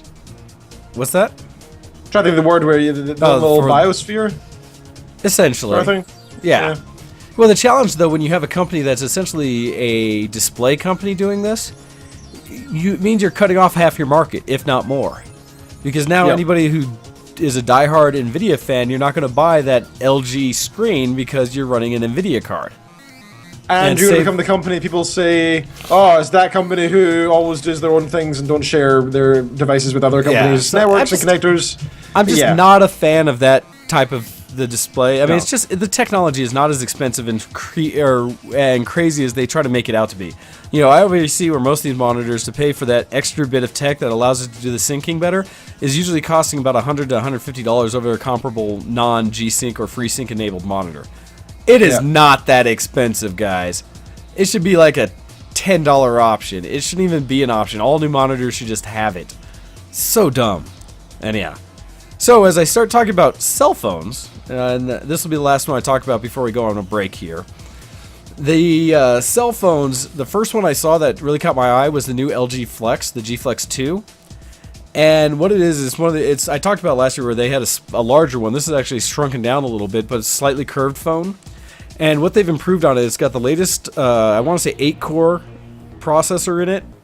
Beautiful graphics. It's running the higher resolution, 2000 something by 1440 display on it. And I think it did. It might have been a 19 by 10, but I thought it was the higher resolution one. I'm trying to look in the spec there to see if I can read it. It's got 300,000 milliamp battery. It's got a nice, like, I want to say it's like a 6 megapixel front facing camera and a 13 megapixel back facing camera. But essentially, they took all the tech from the other phones they had and tied it into this one, as well as they've improved now the self-healing polymer that's on the back of it, so that if you scratch it, it actually replaces. I've heard of this. Yeah, it heals itself. But they took it where it used to take about 5 to 10 minutes sometimes in your pocket to heal. They've reduced it to about 30 seconds. So it's a really like fast way of it recovering from any scratches and things. That was pretty slick. That's cool. I don't care about scratches so much. It's more the actual cracks I care about. So as long, I'd prefer if they just concentrate on not letting anything break versus not making it look, nice. Well, and so it as a whole package, it's real slick, and it's just got a lot of little bits of technology in it. Another one, they showed an example of just gesture control. Things like if you take a photo, you pick the camera up in front of you, you take the photo, and as soon as you pull it down, it'll review that photo. That makes sense, yeah. And so instead, if you keep holding it up, it'll keep it on the camera and keep taking some, but as soon as you drop it down to look at it, it'll show you the picture. If you want to retake the picture and not save it, you just pick it right back up again and it goes right back to the photo. Whereas if you want to delete the old one, no. Yeah, it does delete the old one if you just do that. But all you have to do is touch it when it's down there to save it. So if you do like it, you take it down and say, "Yep, I like it." You just hit a button, and then when you pull it back up, it'll keep it. But it's the design of it, and these are features you can turn on and off. But this is just another one of those cool little things they're trying to think from the way people normally do the things they do every day with their phones. So I thought it was pretty slick. And they had some really neat examples with that. So like I said, we'll take a break, come back, talk a little more LG and what they've been doing, and then I'll come back and continue the discussion about CES. And please feel free to ask any questions you have about the experience, what I saw, things I might have missed, or things I wish I had seen. But anyhow, we're going to take a quick break, long enough for me to basically go get a drink and fix my throat, and then we will be back. In the meantime, you're going to be listening to a little bit of pony music, and I will catch you. Yep, you'll love it. Yeah, we'll be right back.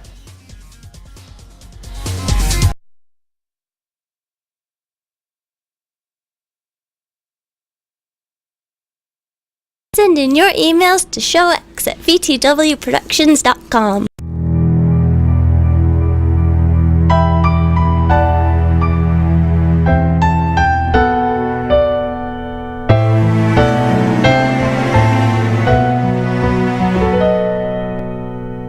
The hour has come at last, the soft and fading light has crossed the west horizon and has bidden us good night. And what a lovely night it is to walk a moonlit field, to see the softer shades that are by starlight now revealed.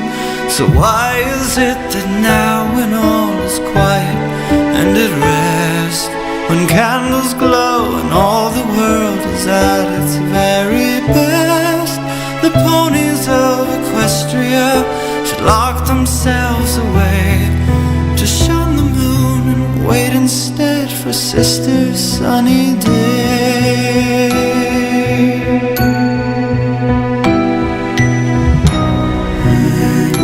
Broad moon on earth,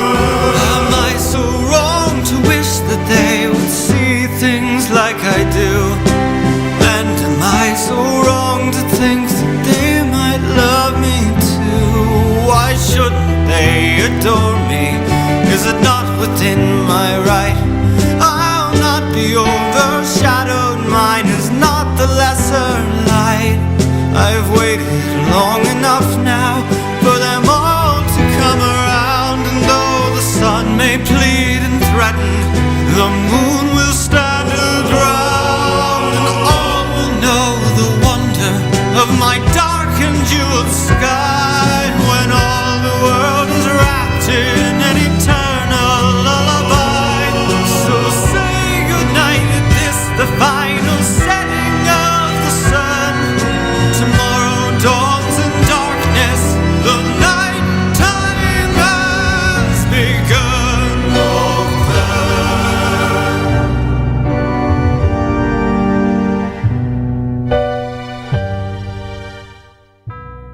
You're listening to Show X on btwproductions.com.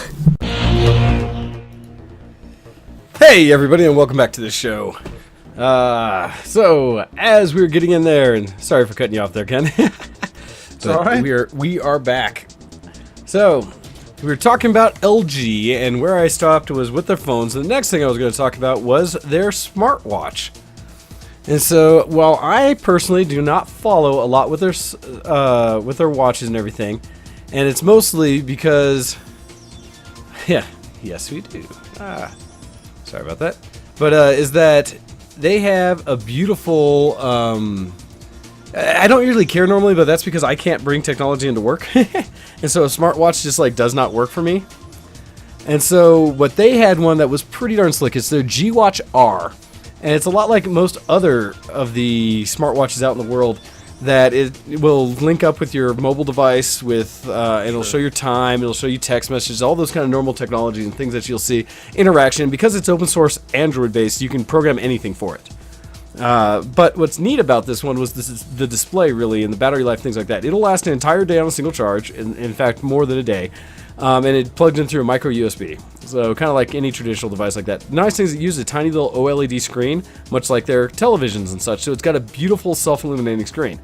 And they were showing off, for example, in the display I had there, a lot of the different pre-built screens that you can have for the different digital analog types, things like that. And so a bunch in there that you could jump in and just kind of quickly adjust and switch and say, bam, there's the screen I want. There's the channel I like, things like that done.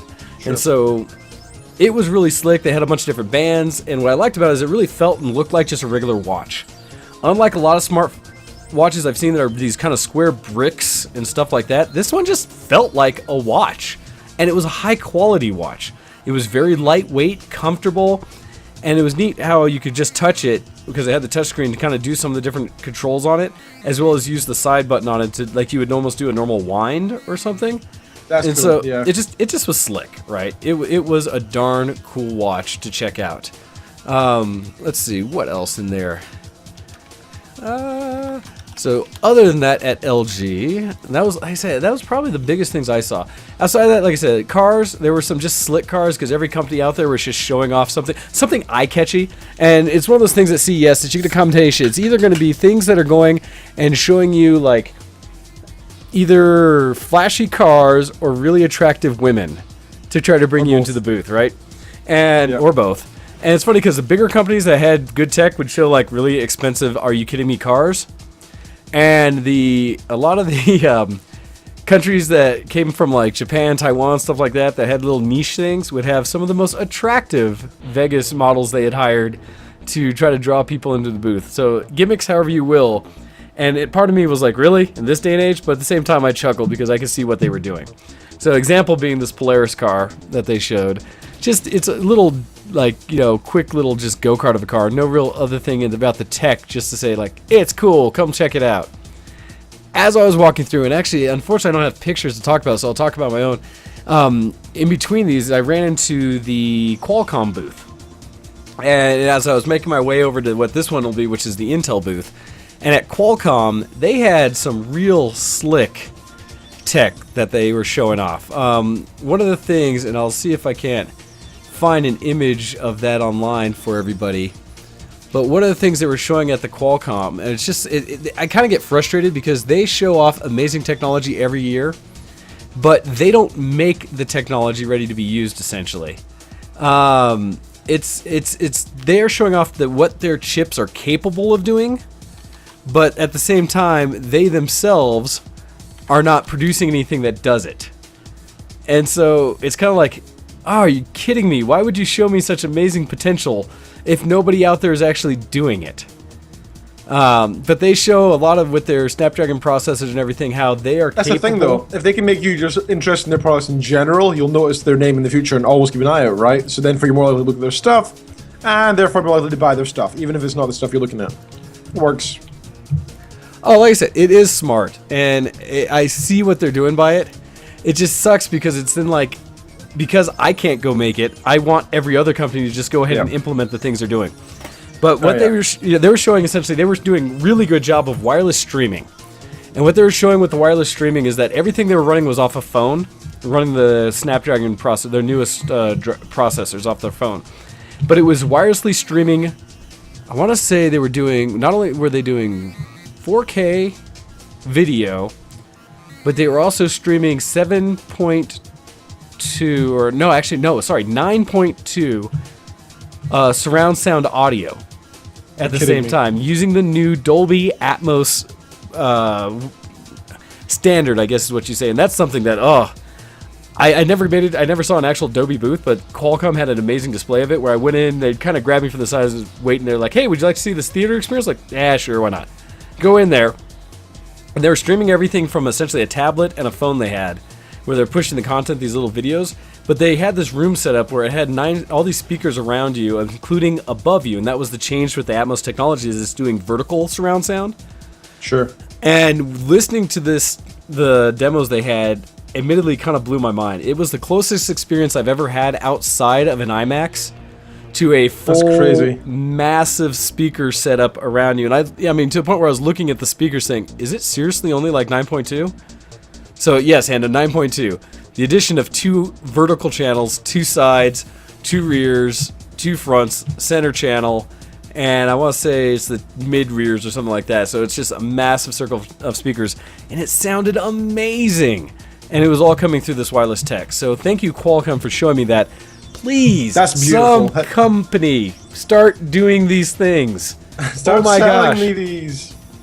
And if nothing else, what I'll give them credit for is they introduced me to Atmos. And so Dolby Atmos is, and I'm a little disappointed, right? Because I just picked up a new receiver, and I don't believe I saw Atmos on there because I'm pretty sure that's a brand new tech. So I'm like now missing out and want it. Because that's something I would have gone back and like bought more speakers to embed in my roof and house and around to get that experience. It was so impressive. So anyhow, went from there. Qualcomm saw that technology. Again, fast processors was the main thing they were doing. And then from there saw they went to the Intel booth. And so at the Intel booth, as I bring back wherever I hid my pictures, there we go. So at the Intel booth, first things I saw is they had an area set up, and there was a lot of different groups that were doing this that had essentially Oculus Rift headsets, you know, displaying different pieces of tech, how they kind of worked with VR. And so one of the things I'll say is, again, how a lot of people talk about VR not necessarily being ready for prime time. It was very much everywhere. And so it's something that we should be able to see more things coming out VR because we're starting to see more companies supporting it. In this case, what Intel was showing off was their new, it was their camera technology called RealSense. And their RealSense cameras essentially are a lot like what I've seen with, well, just they're a stereo, more than like a stereographic, kind of like the Kinect, right? Where it can see what you're doing in real time, and it's a very fast sensor. And so they were showing an example of a demo where a company was kind of showing off that they had allowing it with the Oculus to be able to see each other in this 3D environment where you're all avatars. It wasn't, so it's not like they see your face, but it's kind of like a communication concept where you could all be in the same room together, and they were kind of throwing a ball back and forth, like a beach ball back and forth from each other. And that's cool. The sensor could see the person's hands and body, so as you moved back and forth and were interacting, it knew what your input was. And that was what was really slick about it, and just seeing how fast it was working and stuff. And they kind of had that in examples all around the booth. That was one example. Another one, and I'll have to see if I have photos of it, because there's other stuff I saw. Yeah, here's another example where they had it on laptops, desktops, all over the place with these cameras. The one that's on the right screen I'm showing, what they had was a kind of this other technology down below. I don't know what it's specifically called, but it's something where it uses mirrors and kind of a lens that if you walk up to it at a certain angle, it makes it look like something's floating in space in front of you. Oh, that's cool. Even though it's not really there. Kind of thing. Well, what's cool about this is they had, and you can kind of see in the picture, they had like VCR controls. They had a rewind, pause, play, and fast forward button that were kind of displayed. And when you walked up to the screen that was sitting there and looked down, it looked like those buttons were floating in space. Well, what was slick about what they were using with their RealSense camera is that it could tell vertically when your fingers touched one of the buttons. And so essentially it was like a virtual cockpit or kind of controls or a virtual keyboard that was floating in space. And it did a really good job of knowing when I hit play, fast forward, pause, and those kind of things. And that made me just kind of giggle. Because that's something I would like to see in gaming, and something I've kind of tagged to where I'd love to see it go with my Leap Motion. Because when I play Star Citizen, he's mapping out every control and every surface in the game. And so if I could reach out and virtually touch these buttons that I see in my screen on my cockpit, or like playing awesome, Mech Warrior or War Thunder, any of these things, if I could virtually just move my hand over to a control and hit a switch or hit a button and it know I did it, oh, that would be amazing. That'd be so cool. I never thought that I knew that at some point in the future would have holographic images. I never thought there'd be tricks of the eye. I thought there'd be actual projections of light onto dust particles or something. I didn't expect it to be. Well, people it's do that as well, right? We see it here. Well, people do that as well, but these are just all these different techniques people are doing for specific kinds of parts of it, right? Because that, while it was essentially a holographic display, you wouldn't show that in a big opening in front of people. It's really tricks of the mirror. But it was similar to that. And so they're getting that effect, but in a more limited way. And we're getting really close to some of those kind of displays. It's kind of interesting. There's actually a few other displays that I saw that were like that get closer. Also, with RealSense, they had this big video wall where they had cameras set up along all these monitors, and as people walked by, a snowy image would show up on the screen of them. And it was kind of just a whiz-bang piece where a lot of people would stop and see that it was them, and they were shaking their hands about and everything like that. Which really got them excited, and they're just kind of like, okay, that's cool. And the thing they were showing off was how precise and how fast the camera was able to read like an entire body. And so that's kind of what they're showing. Some tech and some pictures you'll see that I'll kind of go through quickly are more just for my own entertainment. I don't know if people will be as interested. A company was showing that they were able to do real-time, basically real-time streaming of 360-degree videos. And so they had software that would allow you to stitch it all together. Not real time, actually. No, I'll scratch that.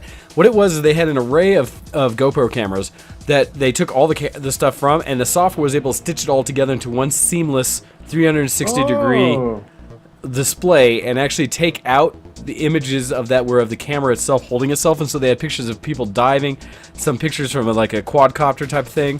That's kind of what Google Maps camera sort of does. Basically like that, and stitch it all together in a video, so that instead of it all being single image, it's a full streaming video at whatever speed the cameras record at, and then you could replay that video in real time. You could scroll around in any direction.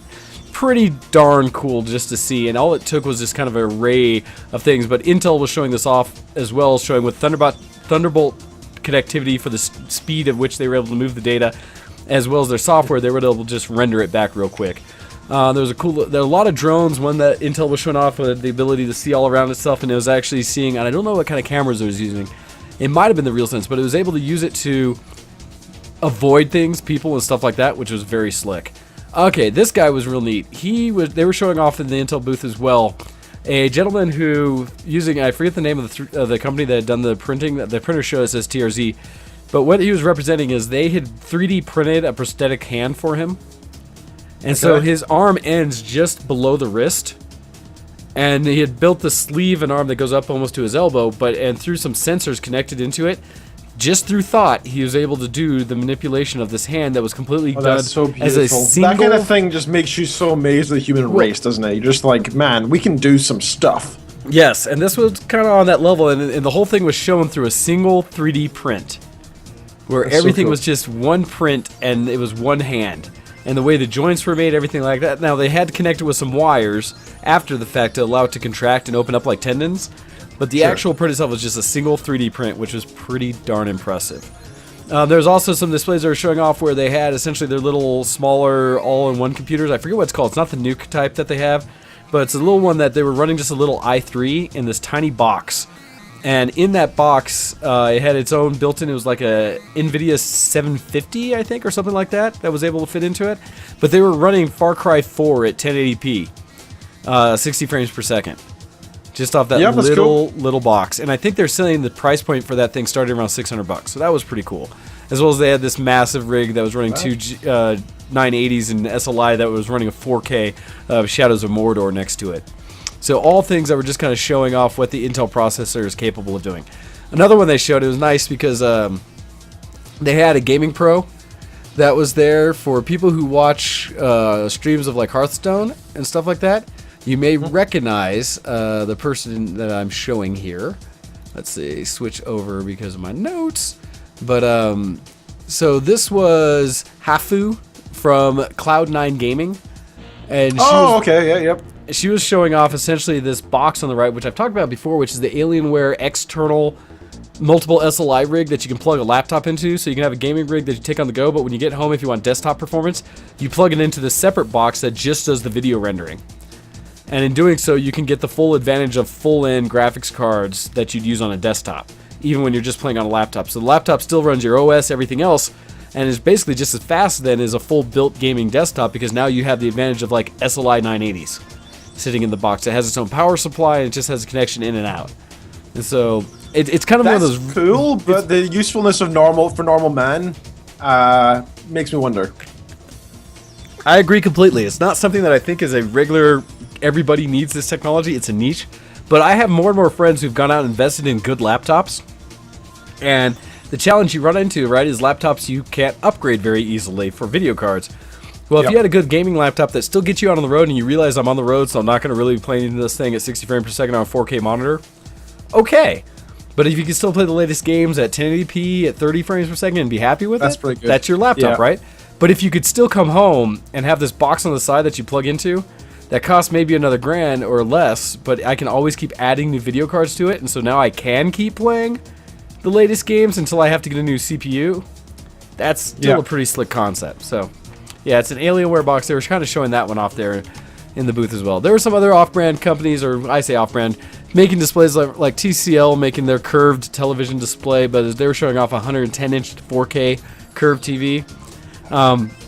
Interesting thing that goes around CES for anyone who's not been there is that there are a lot of companies who in their booth will make claims about what it is that they're providing that maybe they like to say nobody else does. Because they were trying to say the world's largest 110-inch 4K curved TV. You know what, last year I saw 110-inch 4K sets. They may not have been curved, but they were 110-inch 4K That's the thing. There's always one slight difference. The world's largest in this slight tint of gray. Well, and there were several companies, and they're somewhat notorious. And in fact, a lot of other groups out there covered some of the things where in the gaming area where they're doing 3D stuff, there were several companies out there that most people kind of considered must have been trolling because they were claiming this is the most revolutionary, amazing 3D visualization technology ever. You went in there like, this is crap. This isn't just crap. This is like terrible. Why would you say these things? You know, but they make these huge claims, right? And they bring people in. They're probably just told to by their bosses, you know? That's all it is. That's where the question is, either people are really trolling the group or it's marketing hype gone awry and they're just spouting it off. I would definitely go for that one, yep. So there were some interesting things there. For me, they had a camera that did 360 degrees photography at once that was really slick. I wish Kuro were on right now. I don't see him in the IRC, but I did look at some camera stuff, and there were two that I saw particularly that I found interesting.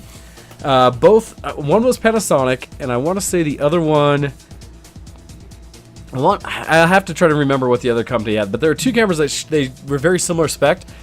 So I'll talk about the Luminix from Panasonic. Essentially, this thing is a 4K video-enabled photography camera. Okay. And let's see. And on it, what was cool about it is they were showing off that it's super lightweight. They have a couple different bodies that all can do the 4K video. One's kind of your intro one that's about an $800 camera, but it comes with a fixed lens. Well, not fixed lens. It comes with a single lens, but it's a wide lens. that can go from about there's like an equivalent like 28 to 350 or something millimeter lens, single body, but could shoot 4K video, as well as, I don't know what the megapixel for the regular camera was, but lots of really good options for it. And then they had the bigger DSLR version that to do the similar thing. What was cool about it is even while you're shooting 4K video, you could pull off of its individual frames at like over 8.8 megapixel during the video stream. That's pretty cool. As well as you could also, what was the other piece of that? You could also add, hey, wait, coming in. Can we hear you? Hello? Hey, Will, how's it Hello. going? Hey, what's going on, guys? Hey, dude, how are you? How you feeling? Like hell. That's not good to hear. It happens. But you mentioned the magic number, and I had to call in to give my opinion about it. Okay. Actually, it was two. It was 110 inches and 4K. Yes. So, call me old-fashioned, call me old, but that is insanely overkill. Well, depends on your application, right? Yeah. I mean, the only logical reason that those things were created was for weathermen on TV to do some fancy crap with it. Well, see, That's the only thing. One of the use cases I've always put up for these massive screens, especially as I get to the higher resolution, sports bars. The ability to set up a screen that already has in it enough resolution that you can basically show multiple feeds on one screen. So when you're covering college weekend or something like that, and you have the option that you can throw like four, full 1080p screens of different displays on it at once, and at 110 inch, that's four 55-inch screens, all in one display. And you only have to hang it up one place and wire it one place. And then you still have the option that if you have the nicer feed, or if you have a single game that's more likely to that everybody wants to see, you could throw that at the full 110 inches at 4K and have people just wowed and things like that. So is this something that people need in their house? I argue as if it's something you can fit in a house, but in most cases it's really something they're doing as a demo to show that it's possible. I bet they said this kind of thing with the original flat screens. They said, why would we need those? They're probably just for places that need to fit them, like, I don't know, banks or something. Or public places. They're not going to be needed for anywhere else, ever. Who's going to have an LCD? Jeez. Well, something that I didn't Who's going to show... have a mobile phone? Jeez. Something that I didn't show that a lot of displays that were being shown, though, outside of this, not like the curved, but there's the whole section of all of the display manufacturers had this, which is the signage. And so... And this is especially acceptable when you go to Vegas, right? Because everything around you is bright flashing lights. Essentially what those are massive screens. In most cases, they're specialized screens that are just for signage where they have, I forget what the density of pixel is, but basically individual LED light things because they're showing on a massive scale. But if you think about going to a mall or going by the front of storefronts, a lot of them will put nowadays these massive screens, and they were showing ones that are 84, 90-inch type ones that were designed to be on all the time, showing images for fashion, things like that. Now, a lot of those were still 1080p, but they were showing that there were some that were 4K. And again, none of these were curved, because curved is more for the, let me really show you a cinematic kind of display, where they were flat screens, and they were showing off media or advertisements and things like that. And so it's what you would see walking through a mall with, advertisements constantly changing. And so that's a lot of that is why you get that big, is for signage. And it's also kind of cheaper in a way. It's easier to do that than hire a guy constantly to go out and repaint it with other advertisements. And it's quicker and more efficient. It's the digital side of that, and it gives you flexibility. Well, I mean, the biggest issue that I have with it is that, specifically with the curved TVs and everything, they had a demo of I can't remember how big it was, but it was way too big for me. But they had a Xbox One hooked up to a huge Samsung curved TV, and the guy was like, he was doing his job. I don't hate him for it, but he's like, if you want to get the best experience out of this TV, it was a Samsung rep inside of a Best Buy store, by the way. Yeah. So it was like if you want the best experience, you have to stand in this spot. Have the curve around you and everything. So at this particular Best Buy, they had Killer Instinct. Okay. So I'm like, okay, this is a game I can get into. It's a fighting game. So I sit there, and I even right before the game starts, my head just starts spinning. What? Okay. And it was the idea of like the way that he where he had me stand on this huge, massive curved TV was less than 5 feet away from it. Okay. And it had to be like 80 something inch. Like this sucker was huge. And it's like it's the idea of having a IMAX movie feel without having to pay $15 for the experience. Instead, you're paying like 10 grand in one giant lump. Gotcha. And it's like the 110 inches, all the 4K stuff. Everyone's the bigger the quality. The more expensive it'll be, but it'll be the best thing in your house. Blah blah blah blah blah. I'm like, I still have a Sony 16-inch TV with a built-in VCR. Has done more for me than any brand new TV, computer monitor, anything like that.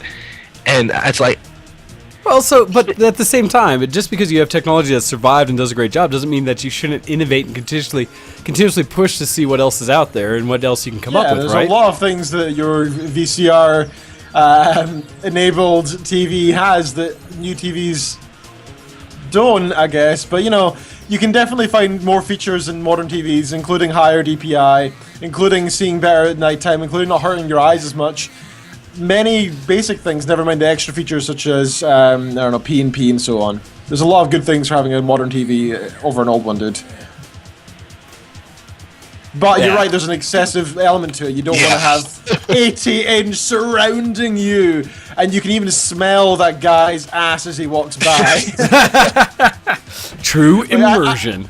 I also don't want that immersion, don't worry. the mental image. Exactly. I can't unsee it.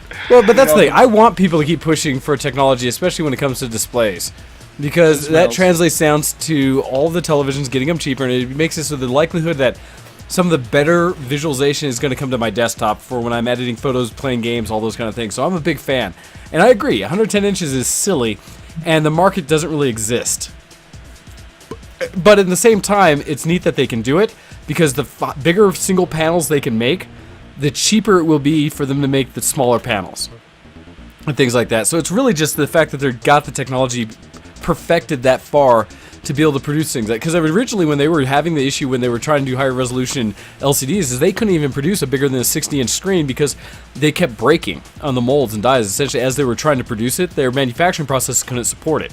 So part of what we're really seeing is that they've shown that their manufacturing process is now so refined that they can turn out massive panels and have it all work. And so there's a lot of things behind the scenes, I would believe, when it comes to them showing off just these demos of how much you could do with the technology if you wanted to.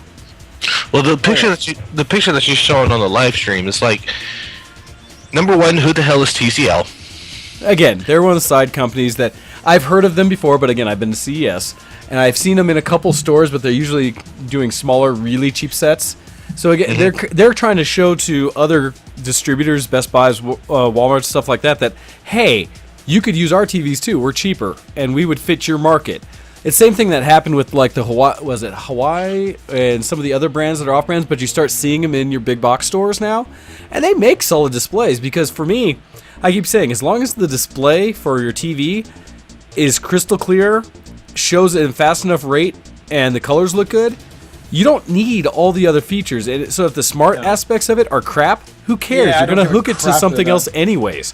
You just need the cheapest, best looking display you can get to fit in your space. That's all you're really after. No, you're right. Like hook up to Raspberry Pi and you've got an entire Windows computer right there. You can stream anything you want from your main PC and make it your gaming desktop if you wanted to. You know, there's so much you can do with it. So you're right. There is a challenge there, and that's one of the things that you'll get at CES is you see everything. You see the big companies, and they have these massive displays, and you see the smaller companies that you can tell are really trying to bust into the market. But that's part of the joy of why I go, because you get to see everything and kind of what's emerging. And so you don't be surprised if you see some of these companies showing up in stores that you recognize every day, and you say, wait, I never heard of you before, but I saw that TCL was at CES, and now I've seen your first screen in person, and hey, it actually looks pretty good. In many cases, I will argue that TCL looked nothing compared to like to LG or Samsung or Sony, but if their price point is a third the cost for the same size screen, for a lot of people, that's all they care about. Yeah, understandably. If you're going to go buy a 70-inch sharp basic display, you're going to pay the money just to get a big 70-inch versus going and getting the... Well, and it's funny because, pause is saying, I wanted a 110-inch TV in my future man cave. I knew a guy that had a rear projection, gosh, what was it, like an 80-inch screen? And because it was also rear projection, this thing was massive. You went into his living room, and it was almost sick how big this display was. And he was playing his console, like Call of Duty on it. And so you had to sit so far back from the thing to be able to see it, but admittedly there was a presence to it. It was kind of impressive. So, but I mean, like, for something like a projector, where like you can hook up whatever to it and then end up, having the equivalent of an 80-inch or a 110 or something ginormous in your house, that's just like something that'll take up less space than a computer tower. Yes. So it's like when you can find something that's even cheaper than the lowest end television. It's like, why would you even try to compete with the actual factual TV and try to compete with that? Because logically, my brain goes, okay, bigger is better. And it's kind of the natural progression of things that, we as human beings want the latest, greatest, biggest, and baddest. But if you know good and damn well you don't have the room for it, you're going to want to try to find alternatives. And when alternatives are there, why would you even look at the actual TV? Well, so I'll say, the problem is projectors look like shit compared to a good TV. True. Oh, yeah. And you have to set up a good environment for a projector. And there are great projectors. Hando was asking, are there any good projectors? I didn't see a whole lot. There was one or two I saw, one from Samsung that were showing where they're doing basically some throws into like a water thing to make it look like fish swimming around, which is really neat. But it was one of those that projectors are great if you can set up that nice, dark, proper environment for a projector. Otherwise, it's kind of a, I need it really dim and it's not perfect, right for an office, or it's not right for, this room that I have because I have windows over here. And I've talked with a lot of people that are kind of videophiles about that, what it takes to get a good projection to set up. Plus, you have to have the space back in a place to put the projector. There's little things. So a TV sometimes is a better answer. The challenge is, you're right, projector for the size is going to be much more cost effective. But again, these guys are just pushing the envelope of what the tech can do. Because the nice thing is, where 2 years ago, buying a 70-inch screen or a 65-inch screen would cost you on average somewhere around $2,500 to $3,000. Today, you can go buy a 65-inch screen, at least here in the U.S., sorry, Scotland, for like, $600-700. And so part of it is the fact that they're getting these bigger ones allows them to make the ones that are now considered small significantly cheaper and more likely to show up in your living room. So that's part of it as well. So outside of the display technology, Cupcheck, do you have any other discussion or things that you've heard about so far that you have questions about? Well, I was going to ask to see if there was any, like, you said that you couldn't scour the entire convention floor, which is completely understandable because you're only one man. But was there any gaming at CES? I was going to get to the second part, which is gaming, because displays, I will run very quickly through the rest, and I will get to gaming. So, yes, there was, and I will do what I can for it. So, give me a minute, if you will. And we will get to that. So, thank you for calling in. No problem. Continue to talk about what we've been seeing and what I saw at CES, and I'll try to run through in the last 15 minutes here what I did see for gaming, because that's really what you care about. I'll probably expand more onto it in future shows, but there was quite a bit. So thank you very much, Will. No problem. Have a good one. Yep. All right, so beyond that, we had, and I'll try to go quickly through so I can get to the stuff that was really fun. And actually, I should just probably end the show with what else I saw. Yes, So go on. Panasonic had a beauty screen, which was neat because what you can see is essentially a reflection of yourself in the mirror that could over it put like different styles of products, like your different facial hair, different makeup, things like that. Really slick. That a guy from Sci-Fi in there doing it. Some electric scooters that was really slick, trying to be the first Teslas of being a scooter kind of thing. So people, much more like an affordable transportation that's very green. That was kind of cool. Did get to see the new Tesla S, which was really slick looking. It had neat rear doors that fold up like a little thing. What else? Really creepy from Toshiba, an Android that they had built that looked for communication that was creepy enough sitting there, and even more creepy when it started talking and moving about. Don't know what the point is. Not ready for prime time. Nikon had a cool booth where they were just showing where they were taking up pictures, and I don't know how many cameras were involved with this, but they were taking a 360-degree shot where it would click all the cameras within about a half second of time and give people a 360-degree panorama of themselves type thing where you could rotate it around yourself as though you were a 3D object. Just kind of a slick little thing, so people would jump up and it would go click, and all these cameras would go whoosh, and it would create this like thing right away stitched together where you could rotate it around, and then they were emailing it to people. Line was too long, I wasn't going to bother. Other areas showing 8K, 4K displays. Another neat one, and I think it was the Sharp booth since I see that in the background, but it was some transparent displays. So it's kind of like what we've seen and think about with computers where in Sci-Fi you'll see a screen that you can see through. So I was like, why would you want that? You'd be distracted. It'd be a mess. But for advertising, they were showing live products sitting behind displays where the displays were fully moving around and stuff, but you could still see like the bottles behind them. Very, very cool. Not sure what the purpose is, right? But other than advertising, but cool. LCDs, they were showing that you could do non-traditional formats of LCDs, so things for car displays, any kind of displays of what we're seeing in watches, stuff like that. So instead of your traditional square rectangular screens, things that were cut out, stuff like that, so you could use them in automotive formats, things like that. Let's see, we had, and so if it's SUHD, this had to have been the Samsung booth or Sony booth, forget which one, but they were trying to show off how they have a new label for HD, which is SHD, which is like sexy super, whatever. It's BS, it's the same thing, it's just HD, or Ultra HD. So they were showing off another 110, but it's a glasses-free 8K set. Seen them in the past. This one they were showing off again. It looked very good. Samsung. They were the ones doing this. Let's see. Samsung also had a really nice camera there with the NX1. I think that was the other one. Do you think monitors and cameras are going to get to the point from HD, Ultra HD, Super HD, and it's going to become Super Saiyan 2 HD? Well, so Ultra it's funny, Super Saiyan HD. if you actually go out there and check out the formats, the formats exist. These terms are already defined out to probably, I think it's like 20 times the current resolutions we're seeing. It's all already defined as what the spec is at those pixel counts. So if you want to know what that next after 8K is officially called, you can go look at it online. Other phone stuff, Samsung had a curved display, or that kind of went on the very edge display where they put up little things like contact information touch, really cool. They said, I'll post all the videos out there. A display of having 3 of those ultra-wide screens together as one monitor, one desktop, which takes, what I've done with my 3 monitors to an extreme, because you're at that cinematic 21:9 type display, and it's just silly how much desk space that takes. Let's see. Polaroid had these amazing little cube cameras that are designed to be very well built for kids, so they can run around with their own little mini cams. Let's see, more Polaroid. Oh yeah, super ultra low levels thing. I forget which camera. This might have been the NX1, but they were shooting at ISO 80,000, so that you could understand that, Ken.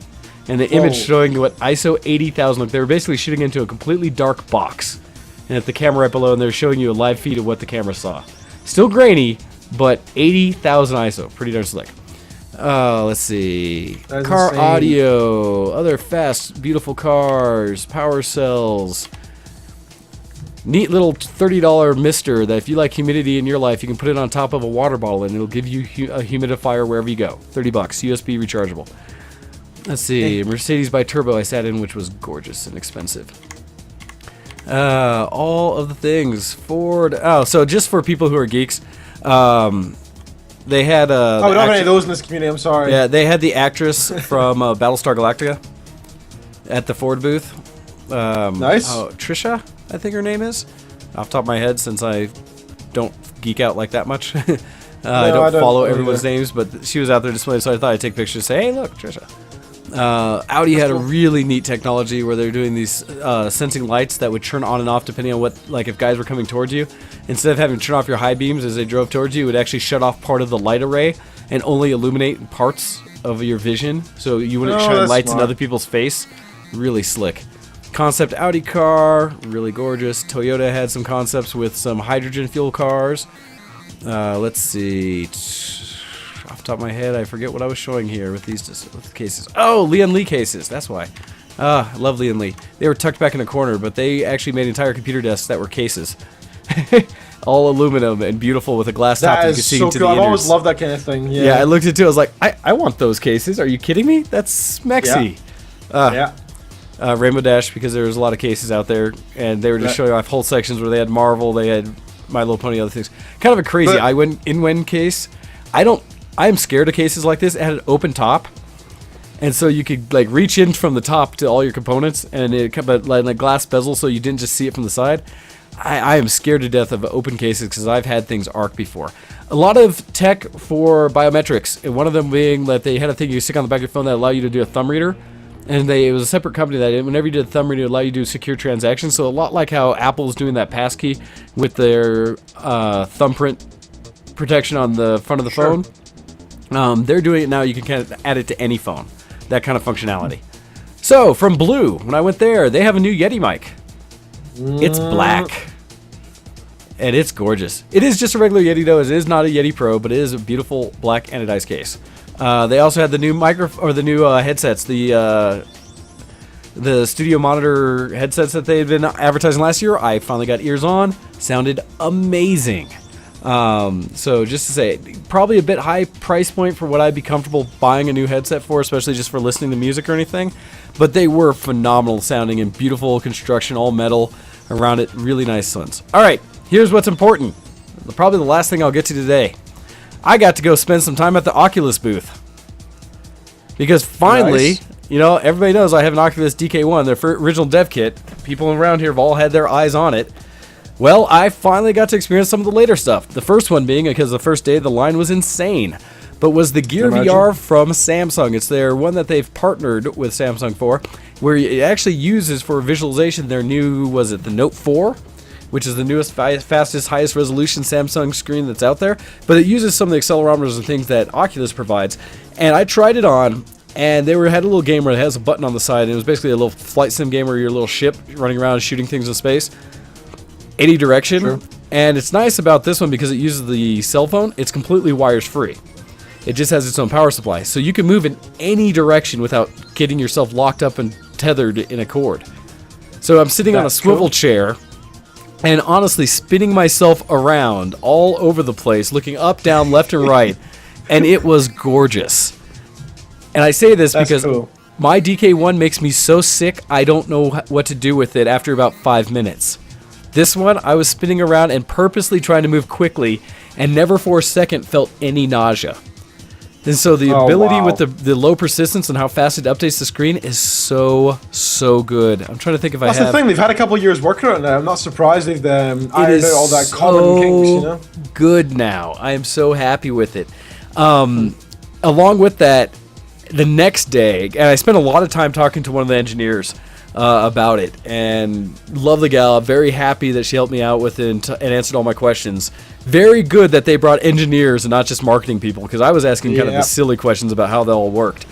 Well, the next day I got to go in and got my hands on the Crescent Bay, which is the newest dev kit they make. They have maybe 30 of them in existence.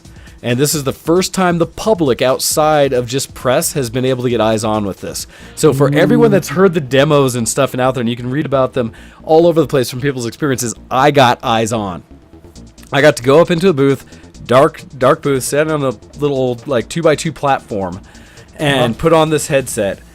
And it's the one that has the 3D positional audio, so it has the little speakers set up on it, as well as the whole kit. And it's because it has the camera externally, you can see it and all the little IR things, it can track you in all directions, as well as see when you like kneel down, jump up and down, lean left and right. So it sees all of that. And I do not have time That's left cool. in the show to talk about how amazing that experience was. Holy crap, was it fun. I will just say that I sat there giggling like a little schoolboy the entire time I had this thing on my face. Every demo that came up gave me a fresh experience of joy, where I just smiled and giggled and chuckled and thought, oh my god, why is this not in my life today? This needs to be on the market. It looks so good. It is so much fun. In fact, awesome. you know what I'm going to have to do is I'm going to have to like record an additional supplemental episode just to talk about the rest of CES. Well. I was expecting as much. Yeah, just to talk, because I haven't even touched on like the 3D printing and other stuff I go out into. But I have to put out there, the way VR is going, and honestly still Oculus is the company to beat. There's other things that have been out there. There's a new $199 dev kit that was put out by, oh shoot, who is it that made that one? I'll have to look it up again, but a dev kit that anyone can get to. It's totally open source. But this new Oculus, no Hando, I did not get sick. Not a moment of it. And the resolution is so much better on it. And I've read about all the demos, so seeing them myself, I knew what to kind of expect. But when you're in it, it just looks so good. And there were moments like there's a scene with the dinosaur. Initially, they give you one where the dinosaur's kind of static, but it's moving around looking at you. Like a little baby Tyrannosaur or something. And you're kind of looking at it like, oh, that's cool. And you can move your head around, so you're looking up at its mouth a little bit, like into its teeth. You can lean forward towards it like, man. But you're afraid it's going to snap at you. It looks so good. Later in the demo, they have a full-size Tyrannosaur. You're standing in the middle of a hallway inside a building, and it comes walking around the corner, looking at you, walking towards you. Cool. And you seriously feel like, because you're looking up at this thing, and it's massive, and you want to just run. You feel like a skittish little, like, prey. And it comes right up to you, leans in looking at you, like teeth just in your face, turns to the side with one eye and stares at you. And then kind of like breathes out, and you see a bunch of spittle and stuff fly past you, and you're just like, it almost feels like you're going to get sprayed. And then it slowly walks over you, and you're just looking up and back at it as it walks away, and you're like, oh my god. This feeling that you would have, I've had, that they could have, thank you, pause, the OSVR, that's the other one from Razer. But the feeling that it could have at any point chomped at you and made me crap myself was there the whole time because of how realistic and in your face it feels. Some of the other demos, just real quick, were like the one where it sticks you suddenly at the edge of a building looking down, where it's almost like you're Batman perched up on the top of the city looking over the entire city. Sense of vertigo, where you do suddenly, the heart kind of catches itself, your stomach is like, ooh, and you want to lean back from the edge. Because you're looking down at this city far below you, and you can see the edge of just like these little gargoyle things around you of where you're perched, and it's just like, oh man. One of the more impressive ones for me was leaning in. They had the little model of a Toy City kind of thing with little buses and things running around it, just really simple pixelated thing. But that was one that I did the most leaning in at, and I could lean under objects and look up at them, and versus just looking straight down and at it. And so being able to lean in close to examine things, again, giggled like a little schoolboy. And that's amazing. It's just so amazing. And they ended up, they did one that was two robot arms kind of fighting each other over things, but it was to show off the positional audio.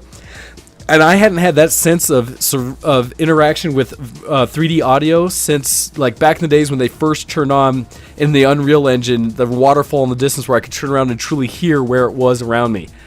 This one sitting there, I could hear when these things were all the different areas around me. They had a little demo where the robot armors had a little squeaky duck they were fighting with, and it went past you on one side and squeaked it, and around you the other side squeaked it, and you could just hear it moving. Well, I'd stand still and listen, and then I'd also turn my head to hear it out of one ear or another more, and it just sounded amazing. And the final bit, I'm trying to say what else to talk about. There's so much with it. They end up with this massive... where the main demo is you go through essentially a fight sequence. The only one that almost made me a little nauseous because you're moving the entire time. You're doing this like panning motion the whole time that you're not in control of. Sure. But you're going through a scene where these soldiers are fighting against this massive robot, and they're all shooting at each other. Robots shooting missiles. One of the first things you see is this missile come flying at you, and it curves around in front of you. And everybody did this. You track this missile, looking down at it as it's flying behind you, hitting a trash can and exploding this massive explosion next to you. And you're seeing all these soldiers around you shooting in this bullet time, so you see bullets come flying past you with a little ripple of effect. And you can watch this all happen. At one point, there's a car that comes into view and gets destroyed and explodes and starts flipping over your head. And you look up at this car as it's flying over you, and you see the people in the car, and you see like the ring on the guy's hand and stuff. He's flying by, and you see like debris getting thrown. One of them specifically was like a Coke can, essentially, or some kind of cola can, getting blown past you, slightly crushed, that you can read it and see the texture of the can on it as it's flying by, and you're just like, what? That's beautiful, dude. I am so you can freaking see jealous. the reflections and the puddles around you as you're leaning it back and forth and seeing that it's accurately reflecting everything in the distance. And So can we expect to hear next week you saying, yeah, I bought one of the new ones, pre-order or whatever? Well, that's the thing. The Crescent Bay one, you can't order. The last one you could get is the DK2, which is still a far improvement over mine. It's essentially the same thing that the Gear from Samsung has. Sure. But it's not something enough for me to do that. All right, we're done. We have to go. It is time for the next show, and Alpha Geeks are going to want to get on and take over for us. So please, Ken, sign us out so we can finish this up. Okay, yeah. Be sure to check us out on twitter.com/VTWShowX, twitter.com/GoX, twitter.com/DocDead for the show, myself, and for Mr. Wayne here. Also, check us on Facebook. Type in ShowX on Facebook to find us. They're quite easy to find. Check out all the shows at VTWProductions.com. So many good things to behold. And also listen to the normal peoples talking away and chittering away in Ventrilo for the gaming night tonight. I will not be there personally, but I know others will be. Send emails to showx@VTWProductions.com. Sponsor us on patreon.com/showx and many other things besides. And we'll see you guys next week, but I won't. But Wayne will. Yes, and we will have a special guest from Battlefield Friends, the Recon. So check us out next week for our interview with Pause joining me to do the show. All right, everyone. Thank you very much. We've been listening to ShowX on VTWProduction.com. We will catch you again next week. Bye, everybody. Oh, shoot. As I try to hit all the right buttons. All right. Thanks, everybody. I'll see you later. Bye-bye.